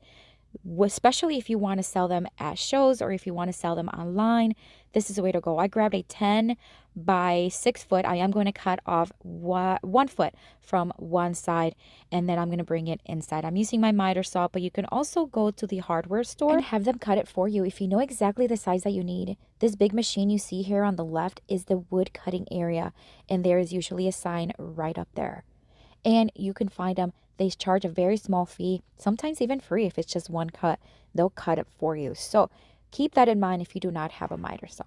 All right, so once I had it cut, I took it inside. I'm going to sand it down again to make sure it's nice and smooth. I did all the edges and both sides. And then I'm going to wipe it well and stain again using Rust-Oleum chalked glaze in the brown tone. It is water-based. It's not stinky. It does not harm your hands. It's wonderful to use. You just apply it, remove the excess, and then let it dry. And that's what I did with this whole entire board. Once it was dry, it's time to start adding this beautiful Hello Spring stencil. Is perfect for the vertical sign for the porches, and it fits perfectly on these 10-inch board. I'm going to place all 4 stencils vertically, and then I'm going to attach them together with some masking tape to make sure they're not going to come apart. And to stencil it, I'm going to use multiple colors. For the actual letters, I'm going to use white, and this is Rust-Oleum chalk pen in the linen white. And then for the hello, I'm going to use a teal color. It's like a Highland blue from Rust-Oleum. And then I'm going to use a combination of white and green and pink for the butterflies and the flowers, alternating where I place the colors.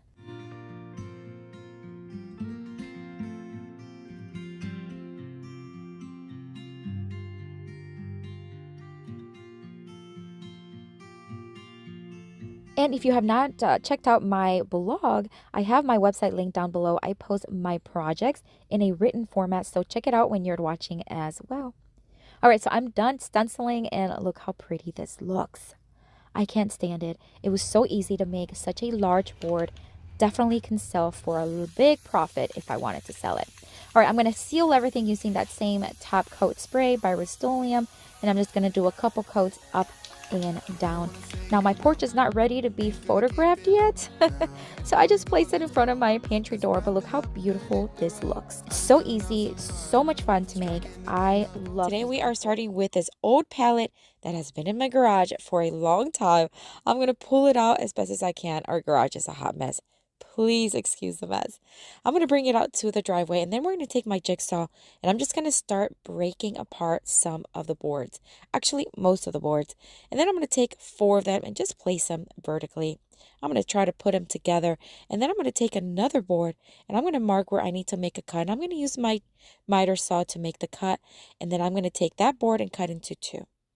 I want these boards to have a very distressed look, almost like they've been painted before and it's kind of chipped and distressed through the years. So I wanted to have that weathered look. I'm going to scrape on paint. I know that it's a unique technique, but I have used it several times. And what you want to do is you want to use a scraper. You want to dab your scraper into the paint, just like you see here. And you just want to start scraping it on. So basically you're just applying and scraping at the same time. This is going to give it that look like it's been weathered and the paint has just chipped off. Once I was completely dry, I'm going to take those two boards and just put one on the top and one on the bottom to create a barn door look. I'm going to use an old knob from an old dresser that I flipped a while ago, and I'm going to use it as a handle for my what will be like an old barn door.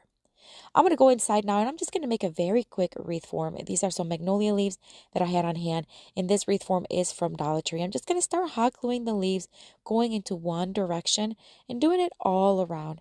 Then I'm going to take smaller ones, and I'm just going to start hot gluing them in between those larger ones. This is just going to add a little bit more fullness and just a little bit of character. And then I thought I just want to add a little bit of color, but not too much. So I'm going to add these tiny little flowers right in between here and there. I'm just going to push them right into the wreath form, and then we are going to attach the wreath onto the door. Just place a screw and then place it on top. Oh my goodness.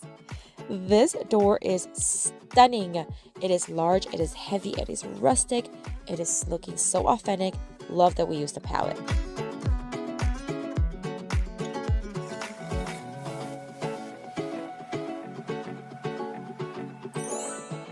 For this next DIY craft, I'm going to take another piece of that palette board, and I removed any nails that it had, and I do want to sand it down just a little bit to smooth out some of the roughness. Of course, I want to keep the rustic look, but then I'm going to take one of these or several of these glass vials. I got these a while back, and then these clamps. I get these clamps at the hardware store, sometimes on Amazon or even Walmart. These are 1-inch ones, and I'm going to place the first one right in the center. Very carefully tightening those screws, making sure that it's going to fit snug but not break the glass, because these are real glass, but I don't want them to fall either. I'm going to place one again right in the center and then one on each side of it, making sure that they are evenly spaced, as well as at about 3/4 of an inch from the bottom. And then I'm just going to add some cute little white flowers on it, but of course you can add any flowers for any season. This is one of my favorites today. It is absolutely stunning. I added a couple of sawtooth hooks to the back to make sure that it could be hung. Look how gorgeous it is for every season. Wow.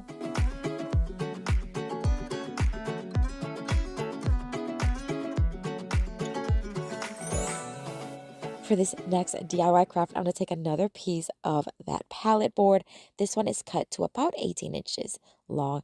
I am going to start marking where I want to drill a few holes because we're creating a floating shelf that has a very rustic look. So I'm going to grab a drill bit. I'm just going to start drilling holes, one in each corner, making sure they're about evenly spaced and apart from each other. I'll do the same thing on the other side, making sure I'm very careful if there are any remaining nails. Now, I tried to remove any nails that were really sticking out, but also just making sure that they were flush if they were just cut. But I do want to keep that nice, authentic, rustic look. I'm going to take some jute rope and I'm going to just thread it. Of course, we're making a hanging shelf, so I want to have 4 of these. I want 2 of them to be joined together at the top, kind of like looped, and then the other 2 looped as well. And then I'm just going to tie them in knots underneath the shelf. This is going to allow it for it not to go down.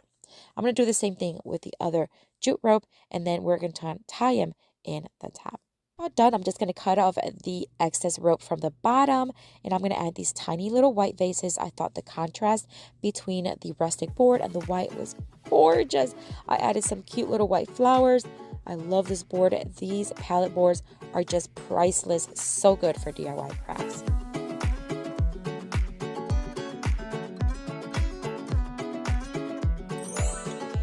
For the next DIY craft, I'm going to take another piece of the palette board and I'm going to cut 2 pieces that are equal in length.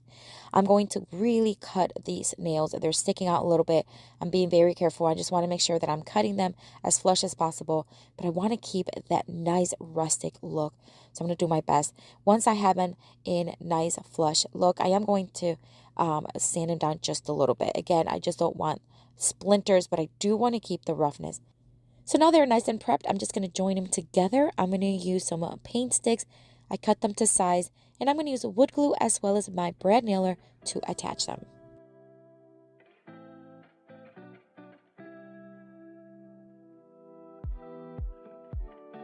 Hold on, baby, I don't dance, but how I love to be around you. I'm not scared to take All right, so I'm going to take one of these picture frames from Dollar Tree. They are cardstock and they're great for crafts like these. I'm going to add one of my and my husband's wedding photos to it with some tape, and then I'm going to place it right in the center of the boards. I'm going to use these thumb tags. These are upholstery tags, actually. I'm going to pre-drill a hole in each corner and just place one tag in each corner, hammering in them down. And then I am going to add a sawtooth hook to the back to make sure that it's going to be able to be hung. And I gotta tell you, this one is stunning. Of course, so easy to change if you needed to, but look how gorgeous this looks. The contrast of the board, the rusticness with the white frame, absolutely stunning.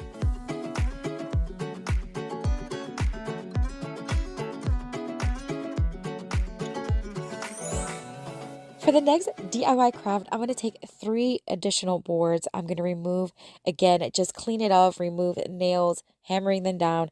I am going to sand them down smooth once again using my palm sander just to remove any excess roughness, but again, looking for that rustic look. Once I had them nicely smooth and prepped, I am going to then attach them together. I did dust them to make sure that they're dust free. And this time we're going to make a nice, beautiful, inspirational sign. So I'm going to attach them once again with some paint sticks. We're going to use our combination with wood glue as well as the brand nails for a nice, secure hold. The wood glue is really going to make sure that it's sealed, and then the brad nail is just such an easy way to attach the boards. But you can also use a hammer if you'd like. But stay tuned because I have some information for you about an online course that I just recently created.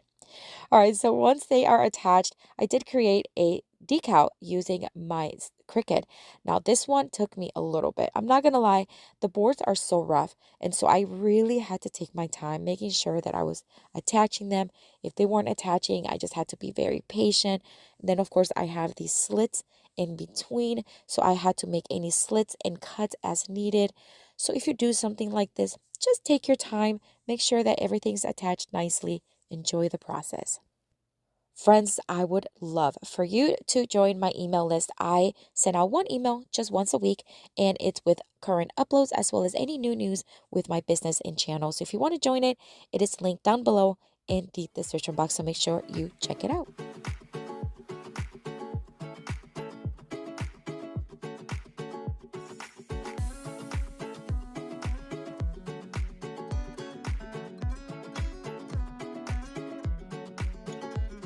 All right, so we're just about done. I'm just going to keep attaching the graphic, again, taking my time, but I want to show you how absolutely stunning this looks. So rustic, so fresh. It will look great in a vacation home or even your current decor. I love it.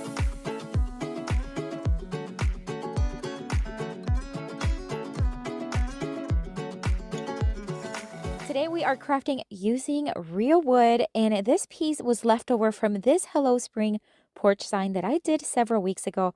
I had about a foot left over, and I thought, what a great piece to create something for spring. It does have a lot of splinters when I cut it, so I'm just going to sand it down smooth, and that way we're not going to risk any splinters. And then once it's sanded, I am going to wipe it really well, making sure it's dust free, and then I'm going to give it one heavy coat of Waverly chalk paint and the white.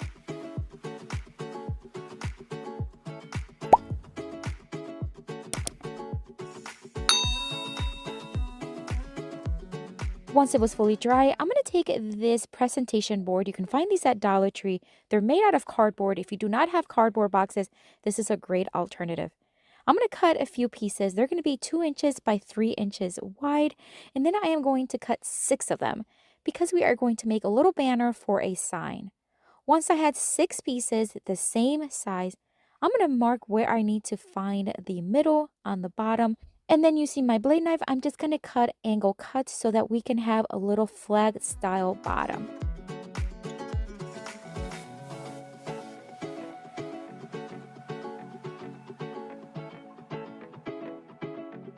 I am then going to take several pieces of this crafting paper. I get several of these books, whether it's at Michael's or Hobby Lobby, and they have beautiful designs. So I picked 6 different designs that really complement each other. And I'm just going to Mod Podge it onto each little flag and then cut the excess using my X-Acto knife.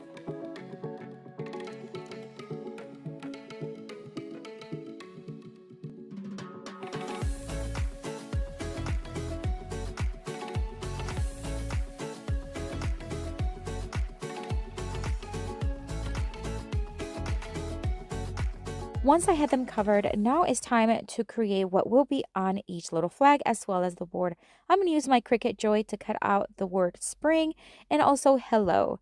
So I'm just going to place each little letter, one in each flag, spelling the word spring.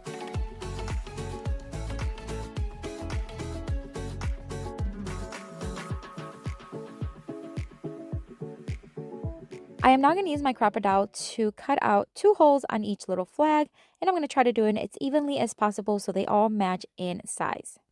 And then I'm just going to take some string that I already had on hand from another project. I am going to add a little bit of tape to one end. That way it can thread through the holes nicely. I'm going to start from the back, threading it through the other hole, and then just doing that on all 6 flags.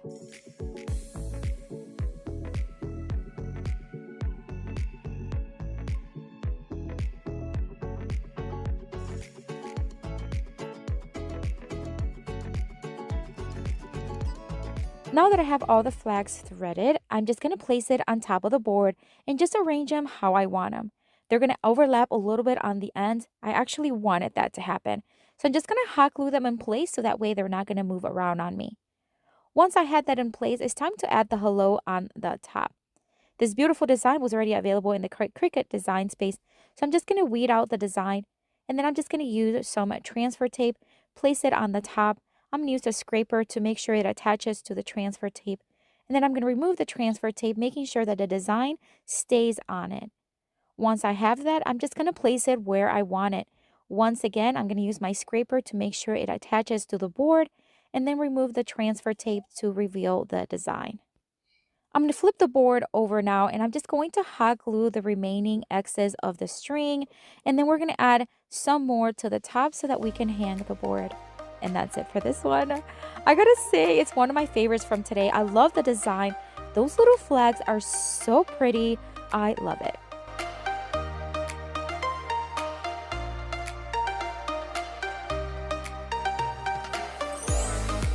For the next wood craft, I'm going to take this piece of scrap wood. You can tell it's been around for a while. I have no clue where it came from, but I am going to cut it into 4 pieces. Now, these 4 pieces, one's going to be larger than the other. Each one's going to have a different size. I'm going to take it outside to my miter saw, and I'm just going to start making some cuts.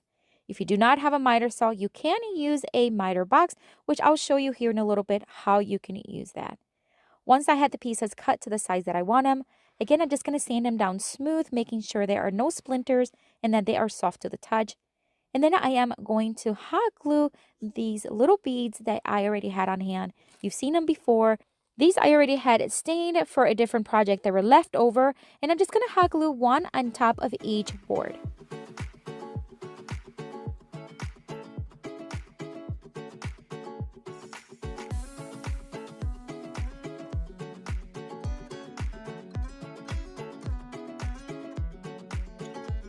So what I'm creating here is a little wooden family representing my own family here at home.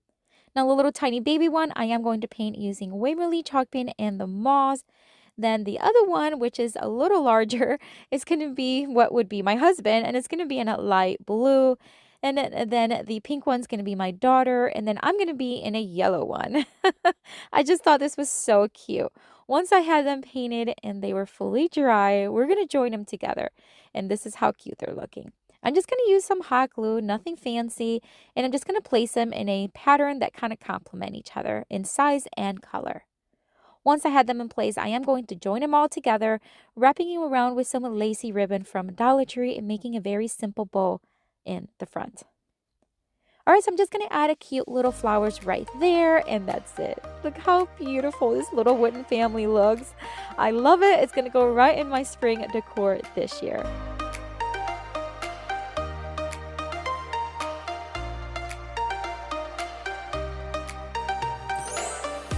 For this next wood craft, I'm going to take these 2 pieces of scrap wood. These were literally in the scrap tin that we have for burning in the fireplace. I'm just going to sand them down just a little bit to remove splinters and smooth them out, and then dust them really well. Then I'm going to take the smaller one. I'm just going to paint it black using Waverly chalk pen and the ink. And then the other one I'm going to paint in the Waverly chalk pen and the moss.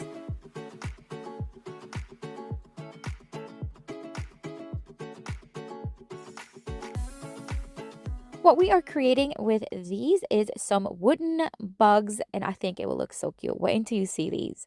All right, so here's that miter box I talked to you about. You can buy these on Amazon. I do have them on my Amazon store. I'm just going to grab these paint sticks, and I'm going to cut them into 3 sizes. Now, they're as close as possible in size, but they don't have to be exact. Now I'm going to take this beautiful napkin. I think I got this one at Amazon if I'm not mistaken.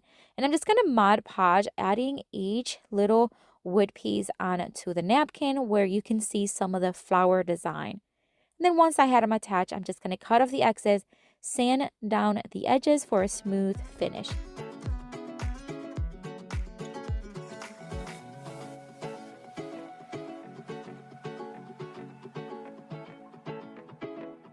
I took 2 other paint sticks, and this time I did cut them in 3 pieces again, and I'm going to paint them red in the Farmhouse Red by Rust-Oleum chalk paint. I'm going to let those dry, and then we are going to drill a couple of holes on top of each wood piece. This is going to be where we can place some hot glue and then some pipe cleaners to create some antlers. We are creating these little bugs that are going to be perfect to add to your spring or summer decor. And then I did take a pencil just to curl them and add some character. Now we are going to attach those pieces that I Mod Podged the napkin to what will be the back of the little bug. And I'm just going to place 3 on each side, making sure that they are in the shape of a fan. That means they're just going to be facing opposite ways just to create a fan look. I'm going to add some googly eyes to the fronts, and then I'm just going to make some little red cheeks just to add a little bit more character. Look how cute that looks. All right, moving on to the next one. This one's going to be a ladybug, and I did the same thing. I'm just going to drill a couple of holes, add some hot glue, added some black pipe cleaners, and I'm going to curl just the top portion of this one. Then I'm just going to add some black dots to the already dried paint sticks, and this is going to be the wings of the ladybugs, and we're just going to hot glue them to the front. Now, I ended up not needing so many, but I wasn't sure how many I was going to need. But I did end up using 4 of them. Now, 2 of them I did have to trim just a little bit using these shears, which I do have in my Amazon store as well. And I did touch up with red paint where I needed. And that's it for these cute little crafts you can make using wood pieces. These were literally scrap wood, and I love the way they turned out.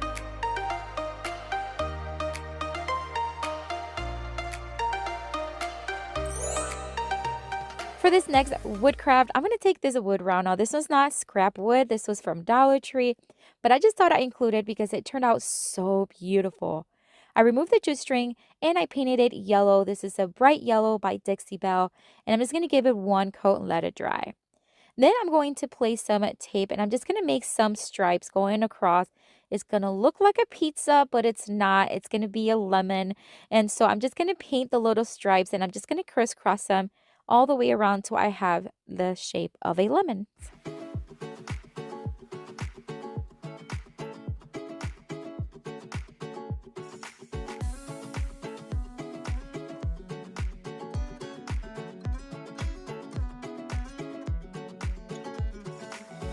All right, so we are almost done making these stripes, and then now it's time to add what will look like seeds. I'm just going to take a paintbrush and just mark here and there where I want them to have to look like it was seeds.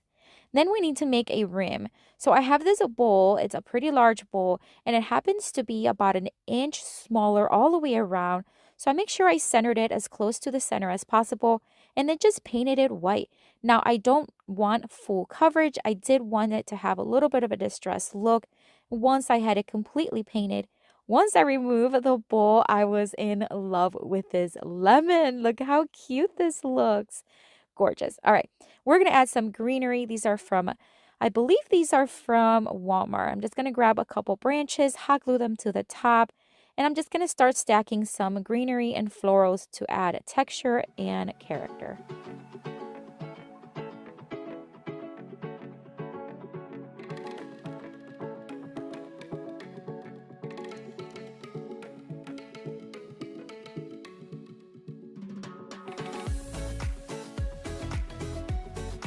So we're just about done with adding the florals. I did add some nautical rope from Dollar Tree, the white kind, to the back so that we can hang it, but you can add anything you want to it. And I think this one turned out absolutely gorgeous. What a beautiful, fresh looking wood round you can place outdoors in a covered porch or indoors. I think it would be perfect for any decor. And it's one of my favorites. These wood planks from Dollar Tree, and I got 6 of them. I'm going to remove the sticker from the back, and then we're going to join them together to create a piece of board. I'm going to stack them up 3 and 3, and then I'm just going to start joining them each to each other with hot glue. Very little hot glue because I don't want it to get clumpy, but I'm going to join them one by one and then each plank together. To give it a more secure look, I am going to flip it over and I am going to use some paint sticks as well as staples to create a very secure bond.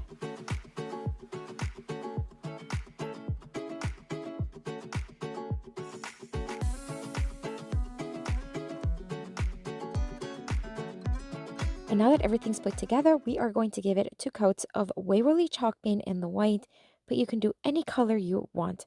I am going to add a stencil to the front of this board, and it's a stencil from Essential Stencil. I do have their website down below in the description box, but if you have stencils at home that you can use, or even if you have a Cricut, you can certainly do whatever design you want for it. I am going to sand it down just a bit, wipe it, and dust it really well. It's just going to smooth it out and just distress ever so lightly those edges. Here's a stencil. It's a beautiful Highland cow, and I think it's so gorgeous. It can be very patriotic themed or farmhouse theme. I'm going to go with the farmhouse theme. The stencil came with 2 options. I'm going to take some black paint. This is Waverly, and I'm going to remove a lot of the excess paint from the stenciling brush. And I'm going to work that paint right inside the brush and then very lightly go in a circular motion. This is going to give me a very clean stencil without any bleed through. Many of you have always asked me, how do you get no bleed through? This is it, my friends. Very, very little paint. Remove the excess, work that paint inside of the brush, and then ever so lightly start stenciling in a circular motion. Don't press down hard. Look how beautiful this turned out. I love it. Here's the second part. I'm just going to do the sunflower portion, tape it down, and I'm going to use some yellow, some antiquing wax, and some green paint.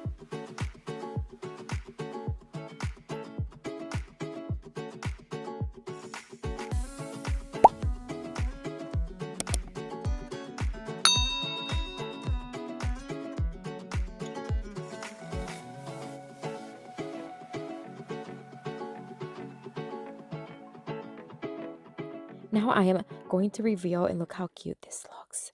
I'm a little bit obsessed. I'm going to take some more of that antiquing wax and I'm just going to start antiquing and distressing those edges just for a little bit more of a farmhouse look. This is completely optional. You don't need to. Once I apply it, I am going to wipe off any excess wax, and then I'm also going to be sanding it. That way it's going to really muffle it and just be a detail rather than just a strong distress. So look how cute this looks. It's definitely one of my favorites. I think it's why I put it first, but it's so inexpensive and you can reuse this stencil over and over again. I get it right now. Yeah, push your limits with you right now. For this next DIY craft, I'm going to go in my stash of wood. My garage is a hot mess, but we do have this stash of woods that we use from different projects. And recently we redid our bathroom. And I just had these pieces. I honestly found them these sizes. I did not have to cut them, but if you have anything at home, you can just cut them in a staggered size one larger than the other. We're also going to be using these wood stars from Dollar Tree, and they have these dowels. I found this drill bit that kind of looks like the same size. We'll see if it's going to work. Otherwise, I have this spade blade that I can use, but it's a little too big, so I'm hoping the drill bit works.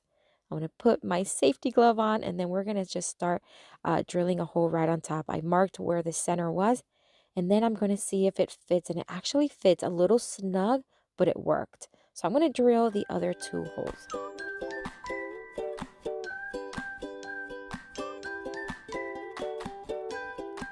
I'm going to start to sand down the pieces. Now this is just to smooth them out, remove any grime, and just get them prepped for some paint. I want to give this a stained look with a patriotic theme to it, but you can use any color you want if you're going to use them for any other project. I am going to start with this Coastal Blue by Rust-Oleum chalk paint. I watered it down because I only had a tiny little bit at the bottom of the container. So I watered it down, applied it, and removed the excess. And I did the same thing on all sides of the piece. And then I also did that with the red paint as well as the white paint. So while those pieces dry, I'm going to start working on my stars. So I'm going to remove the sticker from them, and I'm going to give them each one coat of Waverly chalk paint in the white. And I'm going to do the front, the back, as well as the sides.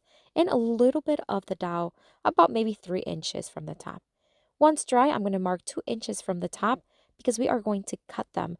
I'm going to use my miter shears. I do get these on Amazon, my friends. This is a great buy. If you're looking for something that you can cut dowels with, it has different angles you can cut them at, and it has a little lock where you can just then store it. Really cool, and it is in my Amazon store, so make sure you check it out when you're done watching. The link is in the description box. All right, so I added a little bit of wood glue inside that hole, and then I'm going to place each star on top of each piece. We are making a patriotic decor, and it kind of looks like little firecrackers, but it could just be anything. So now I'm going to attach all pieces, and I'm going to use my brad nailer. Now, I don't use this often, but I am going to use my 2-inch nails and some wood glue to attach them. These are very thick pieces, so I want to make sure that brad nail goes right through them. I'm going to add 3 nails in each side. And let me tell you, this is a very sturdy piece. I love creating pieces like this because I can either keep for myself and look really high end, or even sell them for a really high profit. This scarf is from Dollar Tree. I've used these scarves this summer a lot, and I love working with them. That one has a patriotic thing. I just tied it around, made a very loose bow, and look how cute this looks. It's already in my decor in my living room, and I'm loving it. Right now, yeah, push all the limits with you right now. For this next DIY craft, we're going to take these 2 pieces of scrap 2x4. They're this size right now, but we're going to cut them. We are going to cut them in angles though, because I want to create a barn, kind of like a farmhouse barn. So 2 smaller pieces are going to be cut in an angle, and then the remaining piece I'm going to cut in a kind of like a V shape, just like that. I'm going to use my miter saw to cut them, and this is what it looks like when you put them together.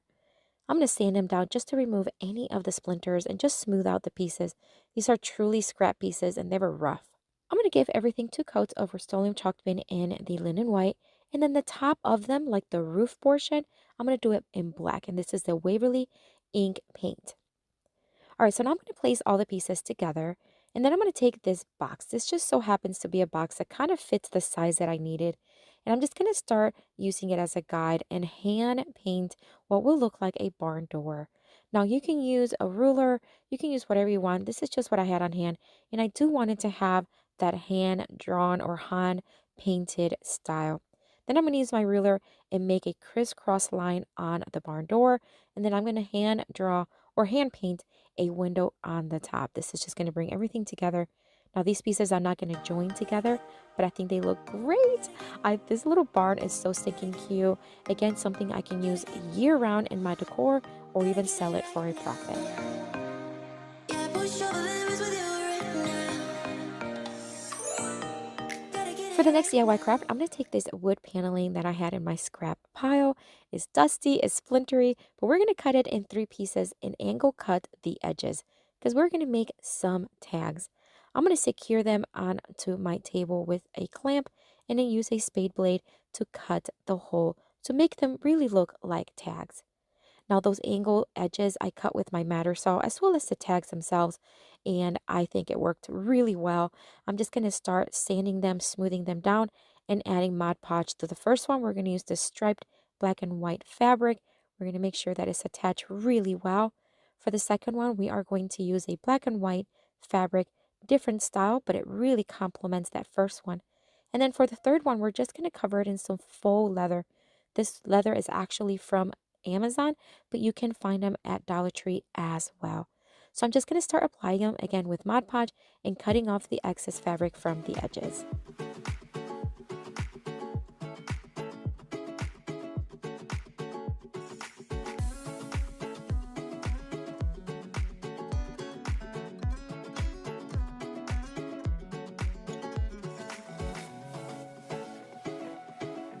Of course, I want to make sure that I remove the excess fabric from the hole, so I'm just going to use my X-Acto knife and my scissors to do so.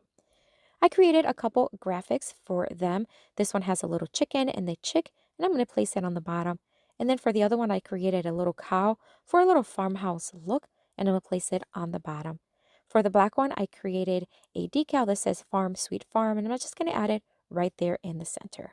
So the next thing I want to do is I want to tie these together and create like their hanging tags. So I'm going to add some nautical rope from Dollar Tree to 2 of them and tie them in a knot right on the top. Then I'm going to stack them together in a way that kind of looks like it flows. And then I'm going to add a full rope, I suppose, for the third one because it's behind it. So if I added a knot, it's just going to be too bulky. So I'm just going to attach them to each other using some staples. And then I am going to just add a faux rope to the third one just by attaching it in the back. Once I have it attached, I'm just going to pull them all together towards the top. This is just going to make it look like they're just all hanging around together. And I am going to tie them with some jute string to the top. I'm going to cut off and even out the nautical rope from the top. And then I'm going to use this little garland. It's a wired garland from Dollar Tree. And I'm going to make 2 small little bows. And then I'm just going to hot glue them right where that jute string is. That way it's just going to add a nice detail. And I think this one is adorable. You can make this in any theme. If you're not into farmhouse, you can make them for Christmas, for fall, for spring. All right, so this small little bench I actually got off of Facebook Marketplace, and I just love that it was solid wood. So also one thing that I love is that it has storage. The seat opens up and it's like a little bench. It's a hot mess, but we're gonna clean it up. We are also going to change this part here. I do not like the hearts.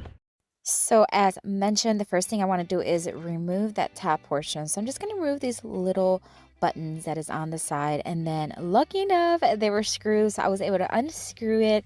And then I'm going to use that part as a guide so I can cut a new piece of wood that fits a little bit more my style. So once I had it cut to size, I did place it and it was a perfect fit. So this doesn't happen all the time. Sometimes you have to make multiple cuts. But thank God it actually worked out and it was a perfect fit.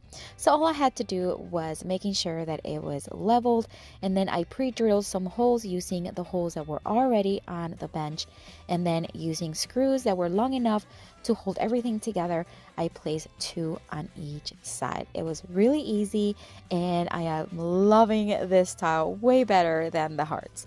All right, so now I'm going to give everything just a pretty good scrub. I'm going to use my shop vac here and just remove all the dirt or the dust, webs. I mean, it was so bad. I think they had it outside at one point. It was just so bad. I'm going to use some Awesome from the Dollar Tree. If you've never used it, it works really well.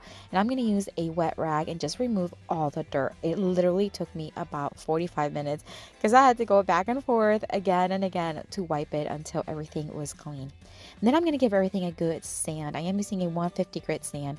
That way everything is going to be removed. Any flaky finish that it already had is going to be removed. All right, so I dusted it off with a rag, and now we are going to just put some of this shellac over it just to seal anything that may be stain wise, because there is so much orange coming out that I have no doubt that when I paint it white, it's going to bleed through, and I don't want to go through that. So I'm going to give it just one rough coat of shellac. I am going to use a new chippy brush, but I am going to throw it away right after. So if you're going to do something like this, make sure that it's something that you can toss after.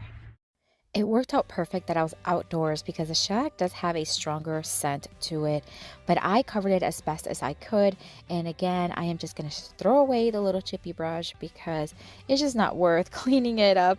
It is oil based, and so yeah, it's not worth it. So I let it fully dry, and then I'm just going to start giving it one coat of these Kills stain blocking primer because I just want to make sure there's not going to be any stain. So I'm just going to give one coat to the whole thing.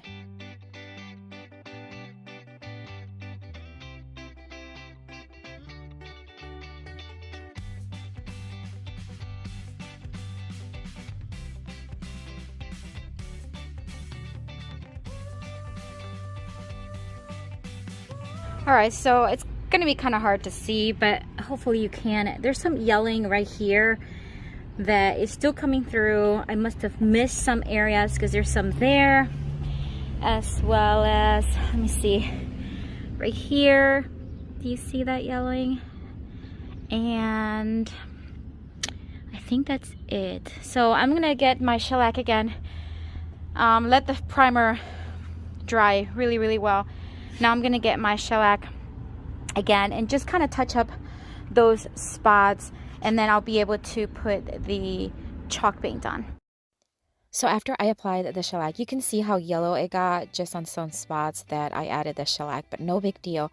Now I'm going to be using a paint by Mango Paint. It is fantastic. I'm going to have Mango's website down in the description box so that you can find their paint. It is a really good paint. I've never used it before, but it's a beautiful color. It's like an antique white, almost like an off-white, and it's a little different than what I normally use because I normally use a bright white. Once it was fully dry, I did give it 2 coats, by the way. I am going to place a stencil here. I've used this French stencil quite a while. It's a reusable stencil I got off of Amazon, and I believe it's on my Amazon store, which is linked down below. And I'm just going to start dabbing some charcoal Rust-Oleum chalk paint and a chalk paint brush, and I think it turned out super cute. I love this style. I took it back outside, this time on my porch, just to sand it down. I do want it to have more of a distressed look, so I'm just gonna scuff off the edges, and it's so much quicker and effective with my palm sander, but you can certainly do it by hand with a sandpaper. I am using 150 grit sandpaper. So I'm just gonna start sanding off all the edges, kind of like just where it would naturally distress. That's what I'm focusing on. And then I just wiped it really well, and now with a spray top coat, I'm just gonna spray the stencil.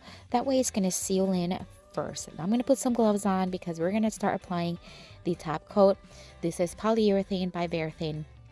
It's in the crystal clear, and I am using my sponge applicator, which is awesome. If you are going to apply a top coat, highly recommend using a sponge applicator. This is actually half of one. They come really big circles, so I just cut it in half and it works really well. You're basically just applying it and wiping it on, and it's super easy. I gave it 2 full coats everywhere, front, top, bottom, everywhere. I'm going to add this screw to the back of the bench because then we're going to add just a decorative wreath here, and it makes it so much easier to hang right there with a jute string. And I think this bench looks awesome. Look at the before, and here's the after. I am in love with this bench. I cannot wait to put it up for sale. Unfortunately, I can't keep it, but I hope it goes to a beautiful home. I love it.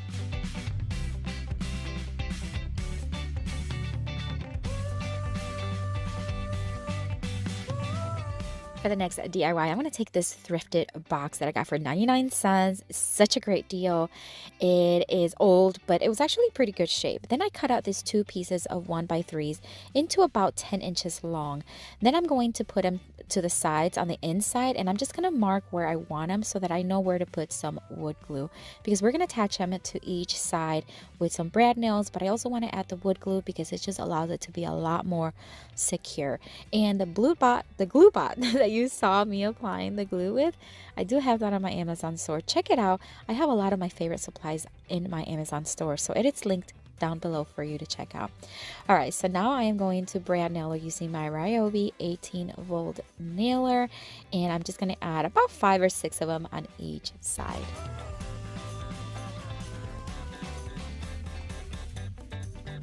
I'm now going to take this big dowel that I got at Walmart, and I'm just going to mark where I need to make a cut, making sure that it fits nicely snug in between both boards. Then I'm going to drill some holes on each end. This drill bit is a little smaller than what the screw is, so that way the screw can have something to hold on to. So I'm just going to place it there temporarily, and I'm going to mark where I need to pre-drill some holes on the boards, and then I'm going to pre-drill the screws onto the boards. That way they're already on there, and it's a little easier to attach the dowel. So once I have the holes in, I'm going to add a little bit of wood glue to the dowel again, just to create a really tight, secure bond, and pre-drill the screws that I mentioned earlier. I'm going to leave it just a tiny little bit exposed on the other side, and that way we'll know exactly where to put the dowel. Is super easy to do. If you've never used power tools, I suggest maybe start with a power drill. It is such an easy tool, and it just makes things so much easier to work with. So I'm just going to tighten the screws on each side, and then it's time to start painting. The paint that I'm going to use today is by Amy Howard, and it's a beautiful paint. They title it like in a green, but to me it's more blue. Let me know in the comments, does it look more blue or more green to you? I don't know. To me, it's a little bit more green, but I love it. Gorgeous color and great coverage. I'm just going to do one coat, although two would be preferred if you want full coverage. I am going to distress this box quite heavily, so one coat was really sufficient. I'm going to paint all the sides as well as the inside. For the side that the inside wall had with a felt, I'm just going to add some more of that nautical fabric, and I'm going to hot glue it in place. That way it's going to cover the felt. I tried to remove the felt. It was not coming off. It was stuck on there. So I said, you know what? It's okay. I'm just going to cover it with some fabric. And I thought using the nautical fabric that I used earlier was perfect for the color of the box. So once I had it attached there, then it's time to add a stencil. I'm going to use another of these reusable stencils. This is a clock one with the French design in the middle. I'm not going to use the clock portion, but I am going to use the center portion, and I'm going to use a sponge applicator here. It's like a makeup sponge, and I'm going to again use the charcoal Rust-Oleum chalk paint to stencil it, and I think it looks super cute. And then once again, I'm going to use my palm sander to sand it down and create a very farmhouse distressed, worn out look that I absolutely love. But of course, you don't have to. If you do not like the stress look, you can always leave it just as it was, and I think it was beautiful.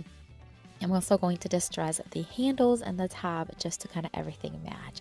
I did add some greenery to the inside of the box to keep it kind of simple.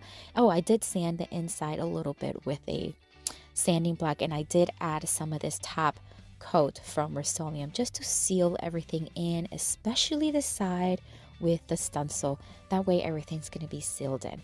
But let me remind you what this box looked like before, and this is what it looks like now. Such a beautiful box. I love that I added those handles. It makes it so much more grand and just so. I have DIYed and crafted with these before. They're so versatile and a really good size. They come in 2 different sizes, and this one is actually one of the larger ones. I brought a ton home, but we're going to start with 3 of them. I'm going to remove the tags and jute string, and then I'm going to fill in the little holes so that they all look nice and finished. I am using wood filler that I do get on Amazon, and I do have on my Amazon store, along with all of my other Amazon supplies that I love, and it is linked down below. Once it was dry, I'm going to lightly sand down the excess wood filler and dust it and wipe really, really well. I'm going to paint one of the planks in this beautiful bright red by Rust-Oleum chalk paint in the farmhouse red. The second board is going to be painted white with Waverly chalk paint in the white. And the third board is going to be painted in the beautiful moss green by Waverly chalk paint. I wanted to make them nice and festive, but we're going to start with these tree ones. So they come 3 in a pack, and they are beautifully designed. I love the design that can be turned into a farmhouse, but also glam it up. We're going to put 1 on each plank. They are going to overlap just a little bit on the edges on the bottom. I'm okay with that. I'm going to tape them to the board using some masking tape and making sure that each tree is as close and level to the next one. I'm going to start stenciling using Essential Stencils brushes, and I'm just going to start with the Waverly chalk paint in the white. And again, I'm just going to dab that brush, making sure there is no excess paint on it.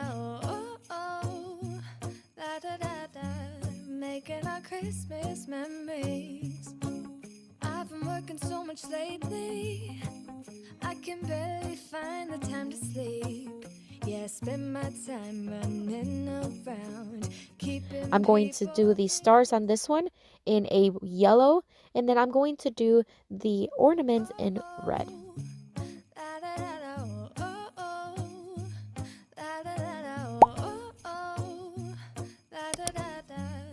making our Christmas memories. I've been working so much lately. And now to remove the stencil is the fun part and reveal the beautiful designs. Look how beautiful they complement each other. I love it. Of course, you can add a hook to the back and you can hang them on a wall, but I designed these so that we can place them on a console table or a tabletop, and I just think they are stunning. I love the design. I love that they complement each other and just how easy it was to create. But this is my favorite holiday. It's a chance to start over new, 'cause I missed you so For the next Christmas craft, I'm going to take this wash and dry sign that I made such a long time ago. It never sold in my booth, but I never got rid of it because, I mean, why get rid of it? It's such a long piece. It's beautiful. So I'm just going to remove the vinyl from it. I'm going to lightly sand to remove any sticky residue and then also to really lighten up those darker spots from the distress. I'm going to wipe it down really well, and then we're going to start using this Glory to the Newborn King stencil from Essential Stencil. The little Jesus portion, unfortunately, is not going to fit on this board, so we're going to put that one to the side. I'm going to place these stencils one underneath the other, making sure that I spell the phrase correctly. And again, I'm just going to attach it with some masking tape. Speed it up for you. Of course, this is a pretty large stencil, but it took no time. It was really easy, and I really enjoy doing it.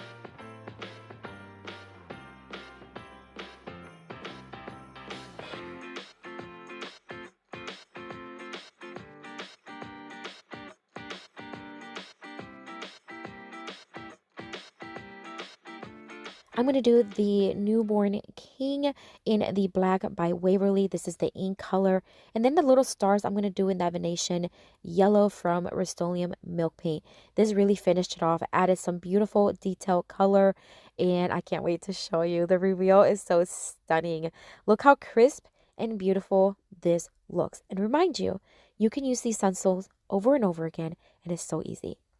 I'm going to take it outside. I'm just going to spray it with a top coat. This is going to allow everything to be sealed.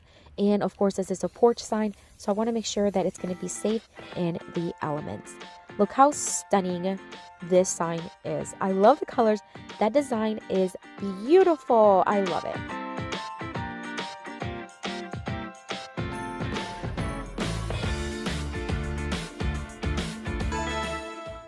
For this next Christmas craft, I'm going to take this piece of scrap board. It came off of the back of a dresser that I flipped a long time ago. It has some damage, as you can see. So I am going to just angle cut it and remove some of that damage by making it into an oversized tag sign. I thought it just called and screamed for something like that. I took it to my miter saw and I made the cuts and then lightly sanded it. Doesn't it look perfect? You would never know that it had that damage. I'm going to give it one coat of Rust-Oleum chalk paint in the Farmhouse Red. Look how beautiful this looks. That red is just stunning.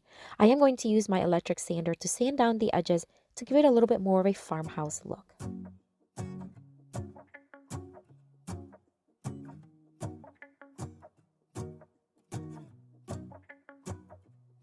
Let's go outside. The snow is I wiped it falling down and dusted it to make sure it's completely dust-free.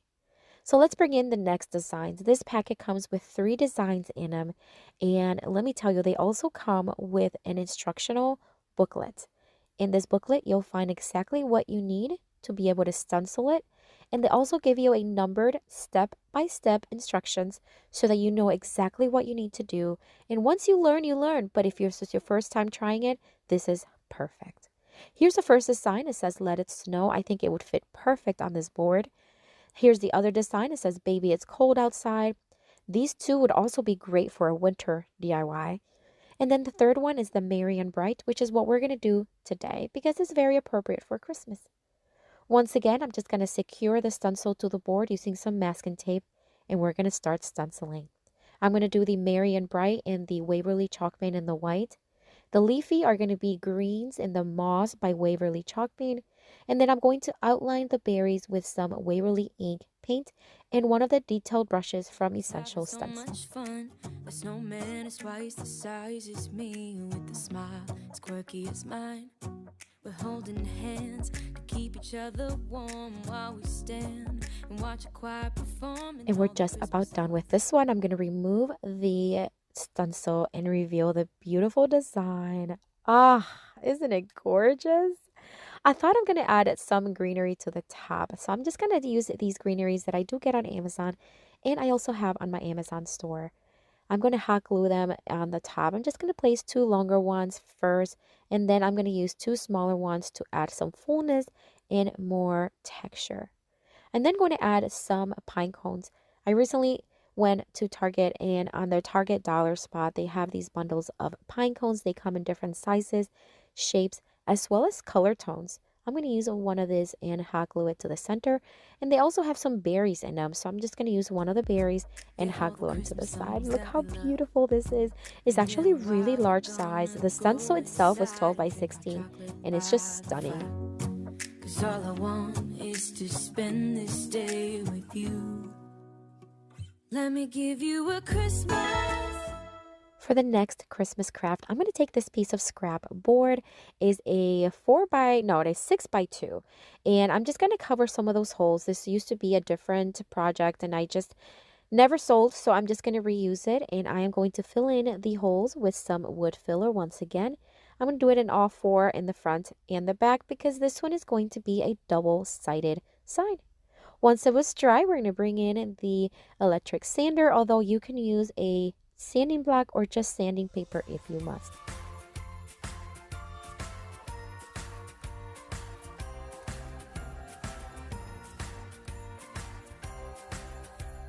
Once I wiped it really well, I'm going to paint one side in the Waverly Chalk Pen in the white, and the other side is going to be in the Waverly Chalk Pen in the ink.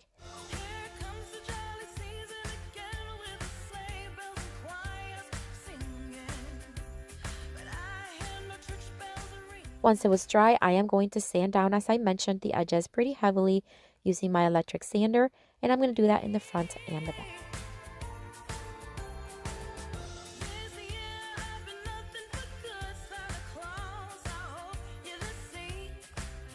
And of course, I wiped it down really well, and now I'm just going to align the design where I want it and secure it with some masking tape. I'm going to start with the black side, and I'm going to stencil it using the Waverly Chalk Pen in the white. And again, just going to do the tapping technique until it's done. And look how beautiful that looks. And I'm going to do the same thing in the back with the Waverly Chalk Pen in the ink.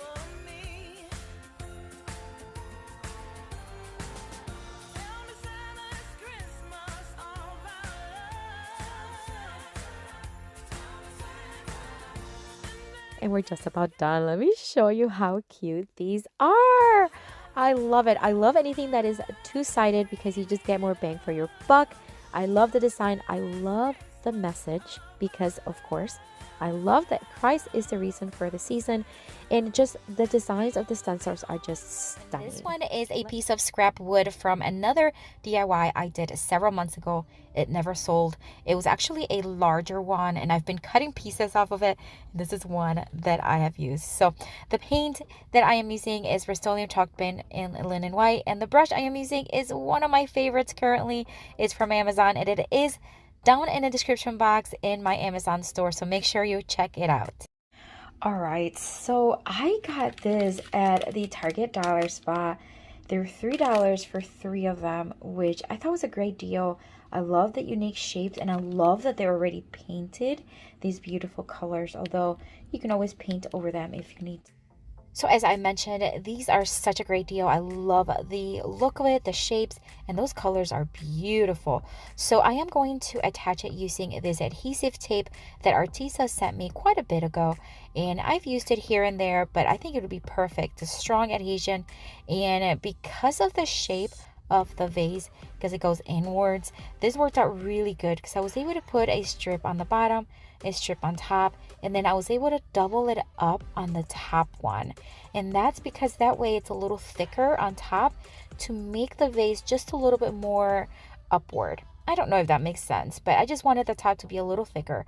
So I just removed the backing tape of it, and then I placed a second strip just on the top.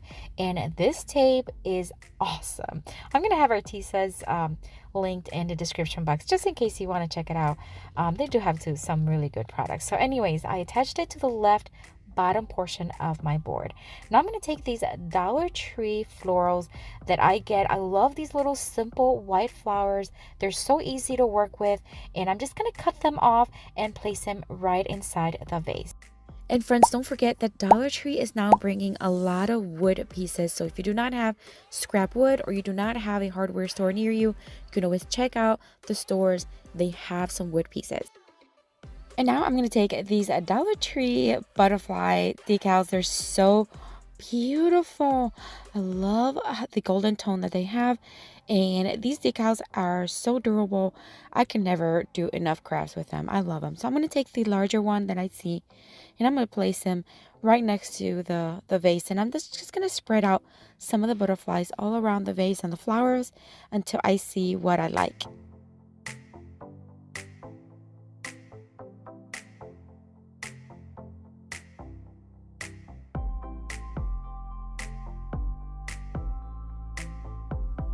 And we're just about done, and this one turned out absolutely beautiful. It's one of my favorites from today, but I always say that. But you're gonna have to let me know what you think about this one.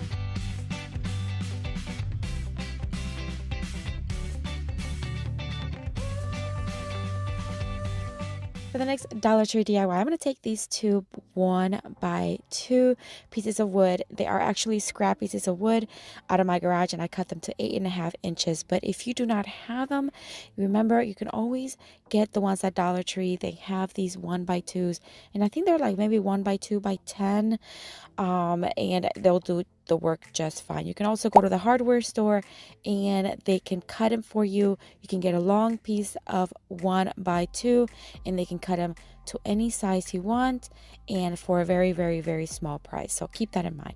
All right, so I gave them one coat of Rust-Oleum chalk paint in the linen white. Now I'm going to take this piece of fabric that I get at Walmart. They have these little bundles of fabric squares, and they have different designs, and I always get them because they're just so easy to work with. I flatten it out and I ironed it with my heat press, and then I'm just going to cut a piece that is also 8.5 inches long, and I think tall wise it's about 15 inches. No, it's about 12 inches. And then I'm just going to lightly sand the pieces of wood. This just makes it really, really soft. Now I'm going to place the piece of fabric on the back. So basically we're going to put one on the top and one on the bottom. And I'm just going to staple it in place, making sure it is nicely straight.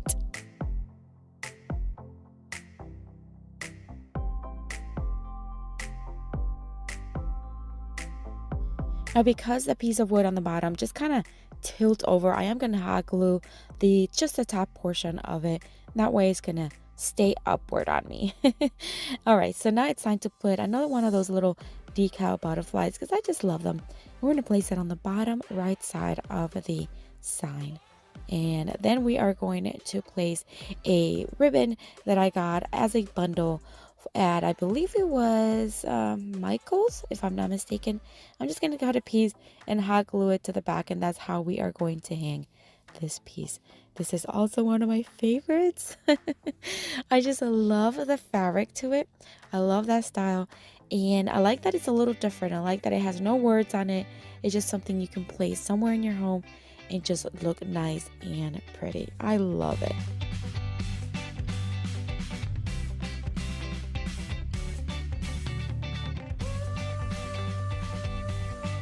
For the next DIY, I'm going to take these pieces of scrap wood. I cut them down to 6.5 inches. They were in my garage, and I am going to sand this one down because it was rough. I don't know where it came from, but man, it was beat up. I'm going to dust it really, really well, and then I am also going to lightly sand with a sanding block the white ones just to smooth them out a little bit. All right, so now I'm going to give the white ones just one coat of Rust-Oleum chalk paint in the linen white just to freshen them up, and then I'm going to give one pretty heavy coat of the same paint to the larger one again, so that they're all match and they're all white. So now that they're all dry, now the larger one is actually not just thicker, but it's also wider, as you can tell. So I'm just going to line them up to make sure that the front of the DIY is flat. So we're going to make a little book stack. I'm going to hot glue each board in between each board because I want them to stay nicely straight in the front. And the back, it could be uneven, it's okay. So once I have them nicely glued, we are going to take some jute string and we are just going to tie him several times. It's kind of like towards the middle, but it's a little bit more towards the right. And I'm going to do this a few times, and I'm just going to make a knot, a very simple knot on the top. And then of course we're going to take one more of those little cute little golden butterfly decals, and then we're going to place one on the front, on the bottom front, and then we are going to use the X-Acto knife and cut where the planks separate, because that way it's going to look nicely just finished. And then we're going to place another one towards the top, and we're going to do the same thing.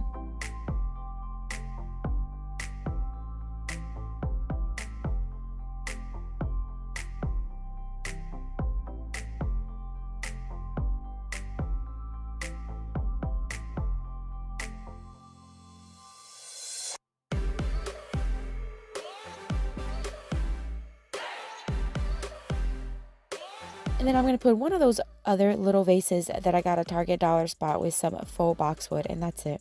This one is beautiful and it's so easy. I keep telling you guys, these are so stinking easy. I love the simplicity, but the beauty of them are stunning.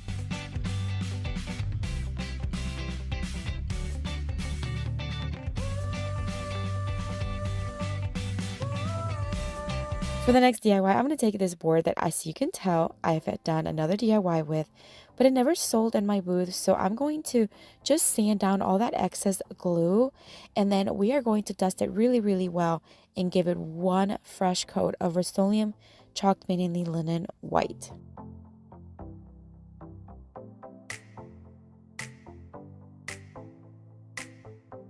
Then we're going to use the same stamp that I used to give it that brick look. This is from A Maker Studio, and I'm also going to use the gel art ink. And I'm just going to mix the white and the dark one to create a gray to, again, mimic the same one that was already on it.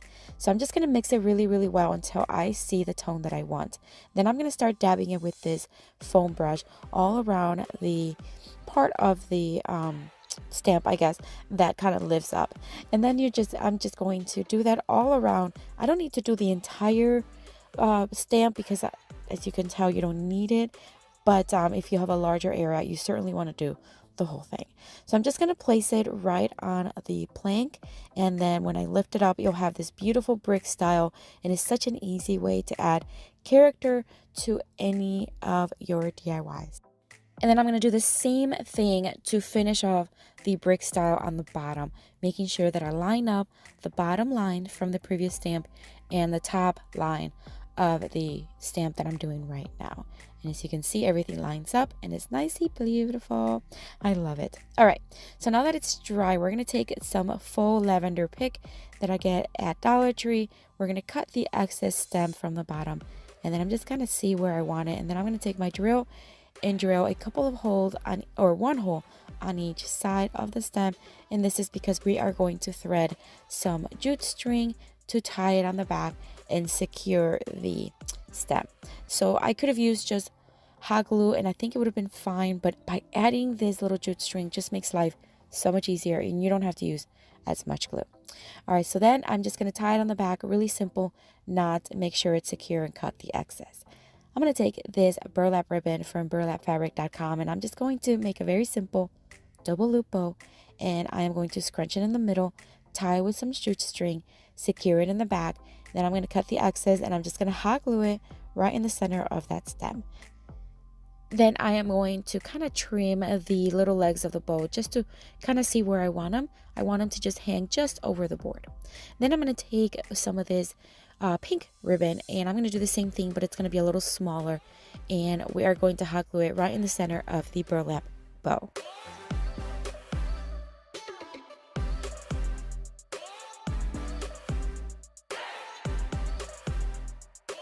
And once again, we're going to add some of these little butterflies. And I just think they're so stinking cute. I want to place one right on top just so you can see. It's kind of like, I don't know, just smelling the flowers. And then I'm going to put a couple more here and there just to finish it off. And again, just a beautiful, beautiful sign. This one is very vibrant. It's actually on the larger side, which I really, really love. And but anyways, I just love this one too.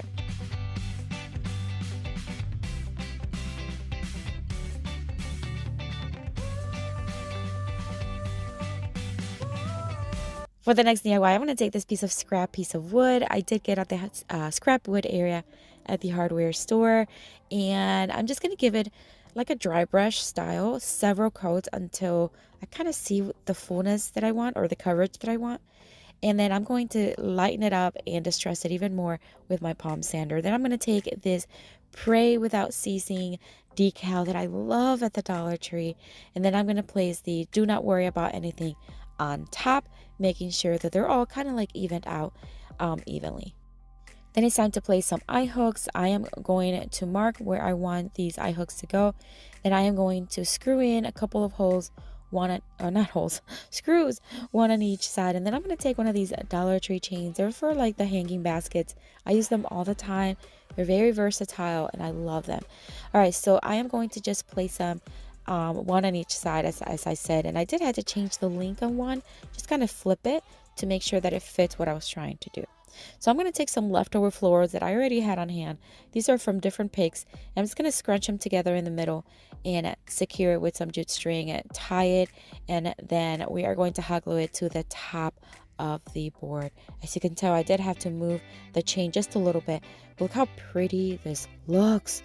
It is so easy to make, and again, if you have a piece of scrap wood, it's just perfect, but also you can just have the hardware store cut it for you. Alright, for the next DIY, this one is made with these painter sticks. So it's not scrap wood, but it's so easy to use these painter sticks because you can get these anywhere at the hardware store or even online on Amazon. You can get a huge box very inexpensively. So I took, I don't know, what is it, about 9 or 11 of them, and I just placed them alternating up and down the little curved area. And then I'm going to take 2 more and mark where I needed to mark, cut it with my shears, and hot glue them, one on the bottom and one on the top. Very easy. All right, so now I'm going to give everything 1.5 coats of Rust-Oleum chalk paint in the linen white. And then we're going to start taking this decal from Dollar Tree. It is such a cute one. It's for the laundry room. And we're going to start placing them kind of where I wanted to see them. And the beauty about these decals is that they are strong enough and sticky enough that even if you pull them apart, or not pull them apart, but pull them up and reapply them, they're still going to stick. Now, you don't want to do that a lot because they'll lose the stickiness, but you can do that a couple times and it'll be fine. All right, so once I had the decals where I wanted them, it's time to drill a couple of holes on the top so we can hang the sign. And I'm just using a thicker drill bit, and then we're going to take this jute string that I get actually at Walmart, and I'm just going to thread it through with a little bit of painter's tape, make knots, and that's it for this one. Such a clever one. I love it. It would be great at in the door of a laundry or any wall in the laundry room. I think it'd be good.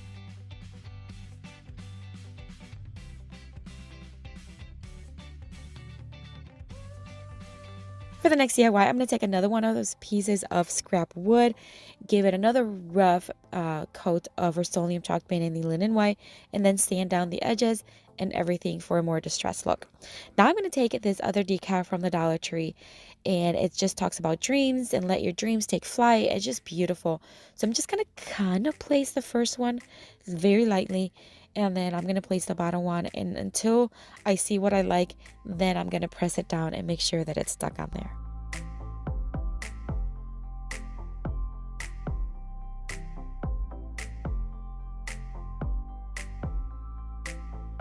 And then I'm going to take a couple screws here. I'm just going to screw it in on each side and then remove it. This is just to start a little hole. And then I'm going to start threading, or not threading, but screwing in these eye hooks.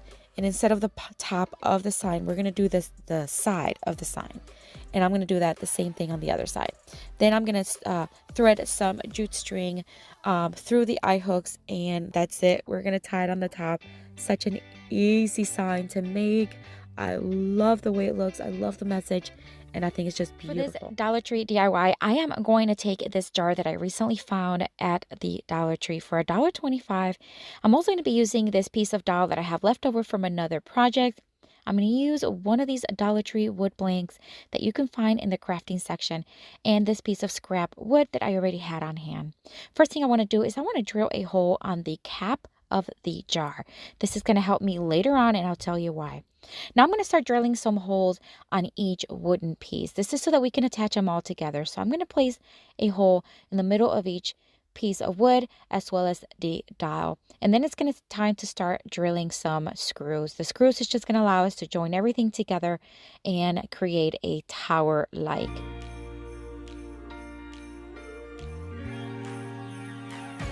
I'm also going to be placing these felt pads on the bottom of it. This is going to help that screw and the wood not scratch up any surface where this may be placed. Then I'm going to continue to screw everything together. Christmas lights are all around. I can see them now. It's like they spell your name. Once I had everything put together, I am going to give everything one coat of Waverly chalk paint in the ink.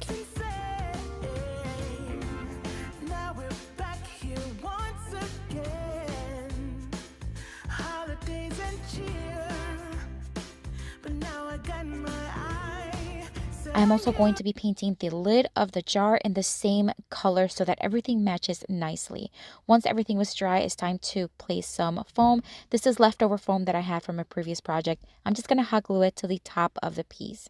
And then I am going to hot glue and also use permanent glue to glue the jar onto the top of the foam.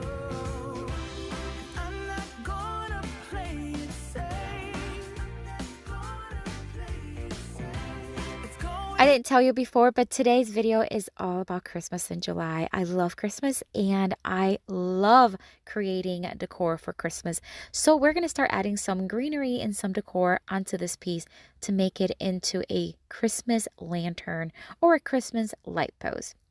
We're going to start with these evergreen picks that I do get on Amazon. I always get mine on Amazon, but these right here that I'm using are actually from a Dollar Tree. They come in a little pack of 10 and they are really good quality. So if you find these at the Dollar Tree, grab them because they go really fast. I'm going to start adding a combination of both the ones that I get at Dollar Tree as well as on Amazon. And I'm just going to start placing them towards the top. I'm just going to start cutting them in half, and that way they're going to be a little shorter. So they kind of drape down the sides of the wood. Now we're going to add one of these cones that I have on my stash from last year. I'm going to hot glue 2 of them to each side of the jar. And then it's time to add a little bit of color. So we're going to start adding these glittery golden, it's like a bronze picks from Dollar Tree that I got last year and I had them left over. I'm going to cut 3 branches off of it and hot glue them, 1 on each side and 1 towards the front. I'm going to add some of these red berries onto the side of the jar, and then I'm going to add 2 more just so that we have like a 3s. I love creating things in 3s. And now it's time to add just a finishing touch. This is a garland tie that you can find at the dollar store. This one is from a Dollar Tree. They come about 10 or 12 in a pack. I'm going to just wrap it around the base of the jar. This is to cover any foam that you can still see. I'm also going to take another one and cut it in half, and then each half fold in half, and then I'm going to attach it towards the back of the post. We're not going to add any greenery, but we do want to cover up that foam. So this is just going to be nice and green and cover everything up and just make it look finished. Then it's time to add some lights because this is a light post. So I get these lights on Amazon. I do have them on my Amazon store. They come several in a pack and they already have the battery in them. Really, really nice. I do have them linked down below in the description box where my Amazon store is. I'm just going to untangle them and then we're going to start threading them through that little hole that we drilled earlier. We're going to do it from top to the inside of the lid. Then once I have everything threaded, I'm just going to start tucking in all the wired lights onto the jar and then place the lid. The little back battery pack is going to be on the back, and I'm just going to tie it around and secure it in place with one of those garland ties. And look how beautiful this looks. It's definitely one of my favorites. Such an inexpensive way to create a beautiful Christmas decor.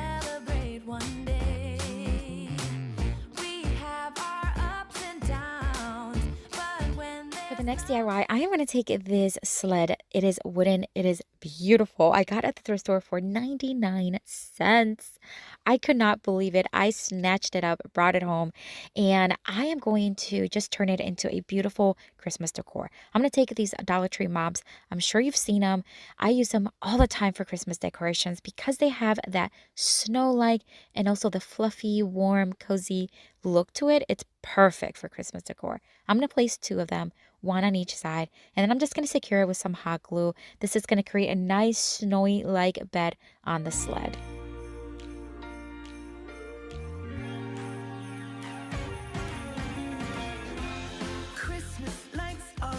All right, so now I'm going to take more greenery. These are actually a little different than I used earlier, but I also get them on Amazon and they are on my Amazon store.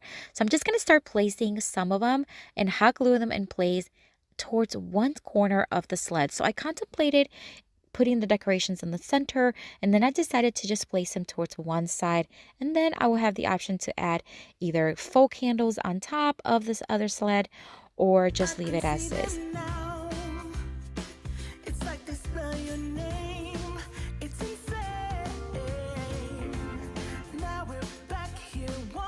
I am now going to take this leftover red bell that I got at the Dollar Tree. This is an ornament, and I'm just going to use it to place it and hot glue it right snuggled up inside those evergreens. Then I'm going to take this other ornament from Dollar Tree. It's a reindeer head. I'm going to hot glue it to the corner of the arrangement.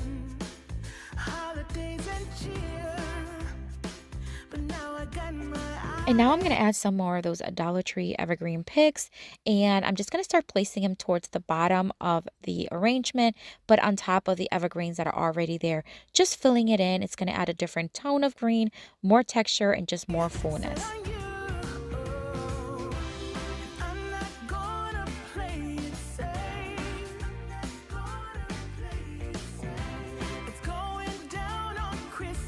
I also cut a couple in half so that I have shorter ones that I can place closer to the bell and the reindeer. Then these glittery picks I also have left over from last year's stash from Dollar Tree, and I'm just going to start placing several of them where I see fit, but it's going to be about 3 of them, and I'm just going to hot glue them and place them all around the arrangement. And then we are done. I think this one turned out so stunning. I love it. It's one of my favorites from today. And I think if I add some faux candles to the other side of the sled, I think it would be beautiful.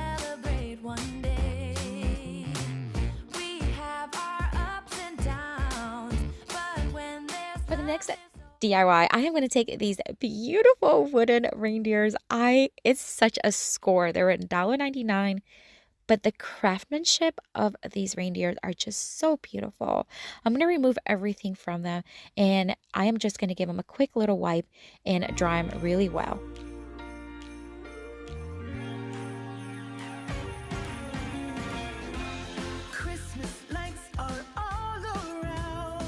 I actually contemplated painting them, but I decided to leave them in the wood tone because it's beautiful. This ribbon were left over from last year's Christmas stash. I'm just going to make very simple bows. I want both of these reindeers to complement each other, but not look exactly the same. So I'm going to take one of those ribbons, the red one for the larger reindeer. I'm going to fold as you see here, and then I'm just going to tie it in the center with a pipe cleaner in the red shimmery tone, which matches really well with the ribbon. I'm just going to tie it in the center, twist it, and then I'm going to attach it to the center of the neck of the first and tallest reindeer. This is going to just give me a base for the decor. We're going to keep it actually pretty simple. Once I had it tightened in place, it's time to start adding some greenery. Again, I'm going to take some of that greenery that I got last year at Dollar Tree, and I'm just going to place them underneath with some hot glue.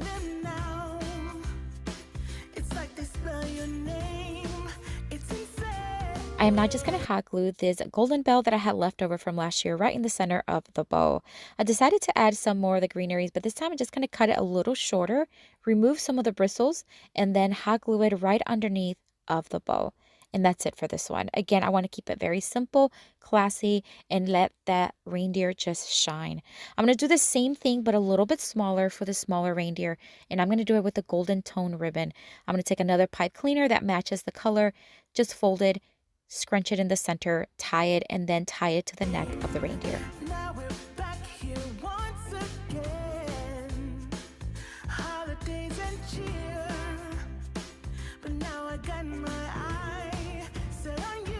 So that it complements the larger reindeer, I'm just going to hot glue some of these red berries right in the center of the bow.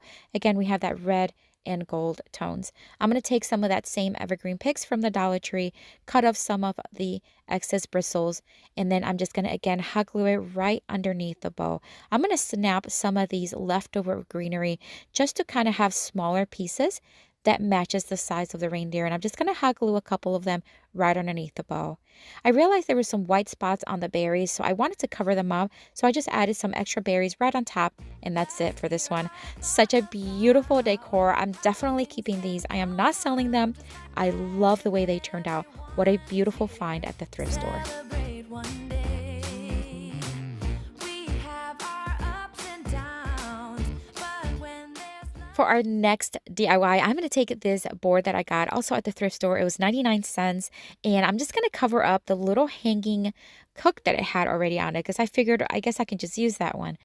I'm going to give everything 2 coats of Rust-Oleum chalk paint in the linen white and then let it dry.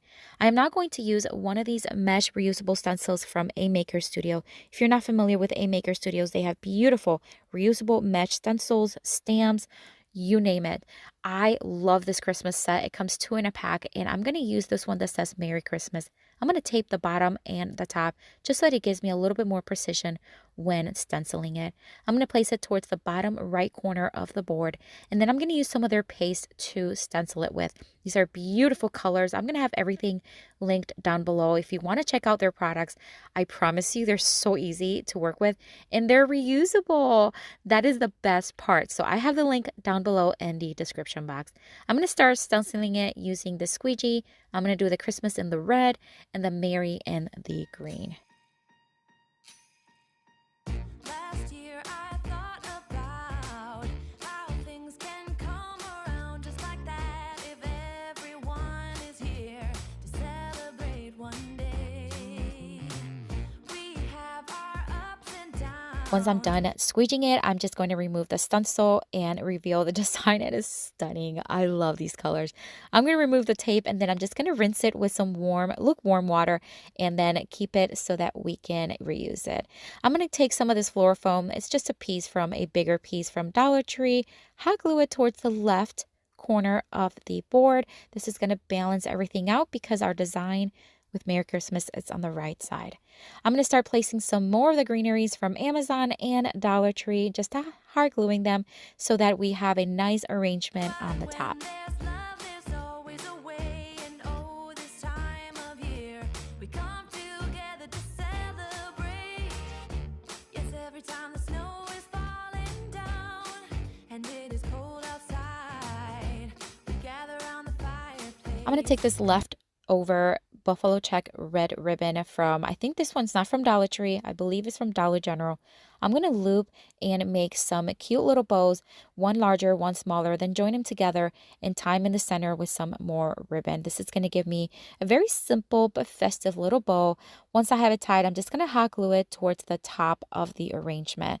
And then it's time to add just a little bit more details. I'm going to add a cone from this pick that I had left over from last year. I'm just going to hot glue it on the bottom of the bow, and then it needed something else, so I'm just going to cut off some of these smaller pieces of these evergreen and then just hot glue them towards the top to cover up that foam and also just to kind of finish it off. And that's it for this one. Oh, another beautiful one. That stencil looks sharp and so professional. I love it. I'm going to sell this one in my booth, and I cannot wait. Away, and oh, this time of year we come together to celebrate. Yes, every time the snow is falling. You're going to have to let me know which one is your favorite, and I have another video here for you to watch with tons more of DIY inspiration. Check it out. I'll see you later and have a blessed day. Bye.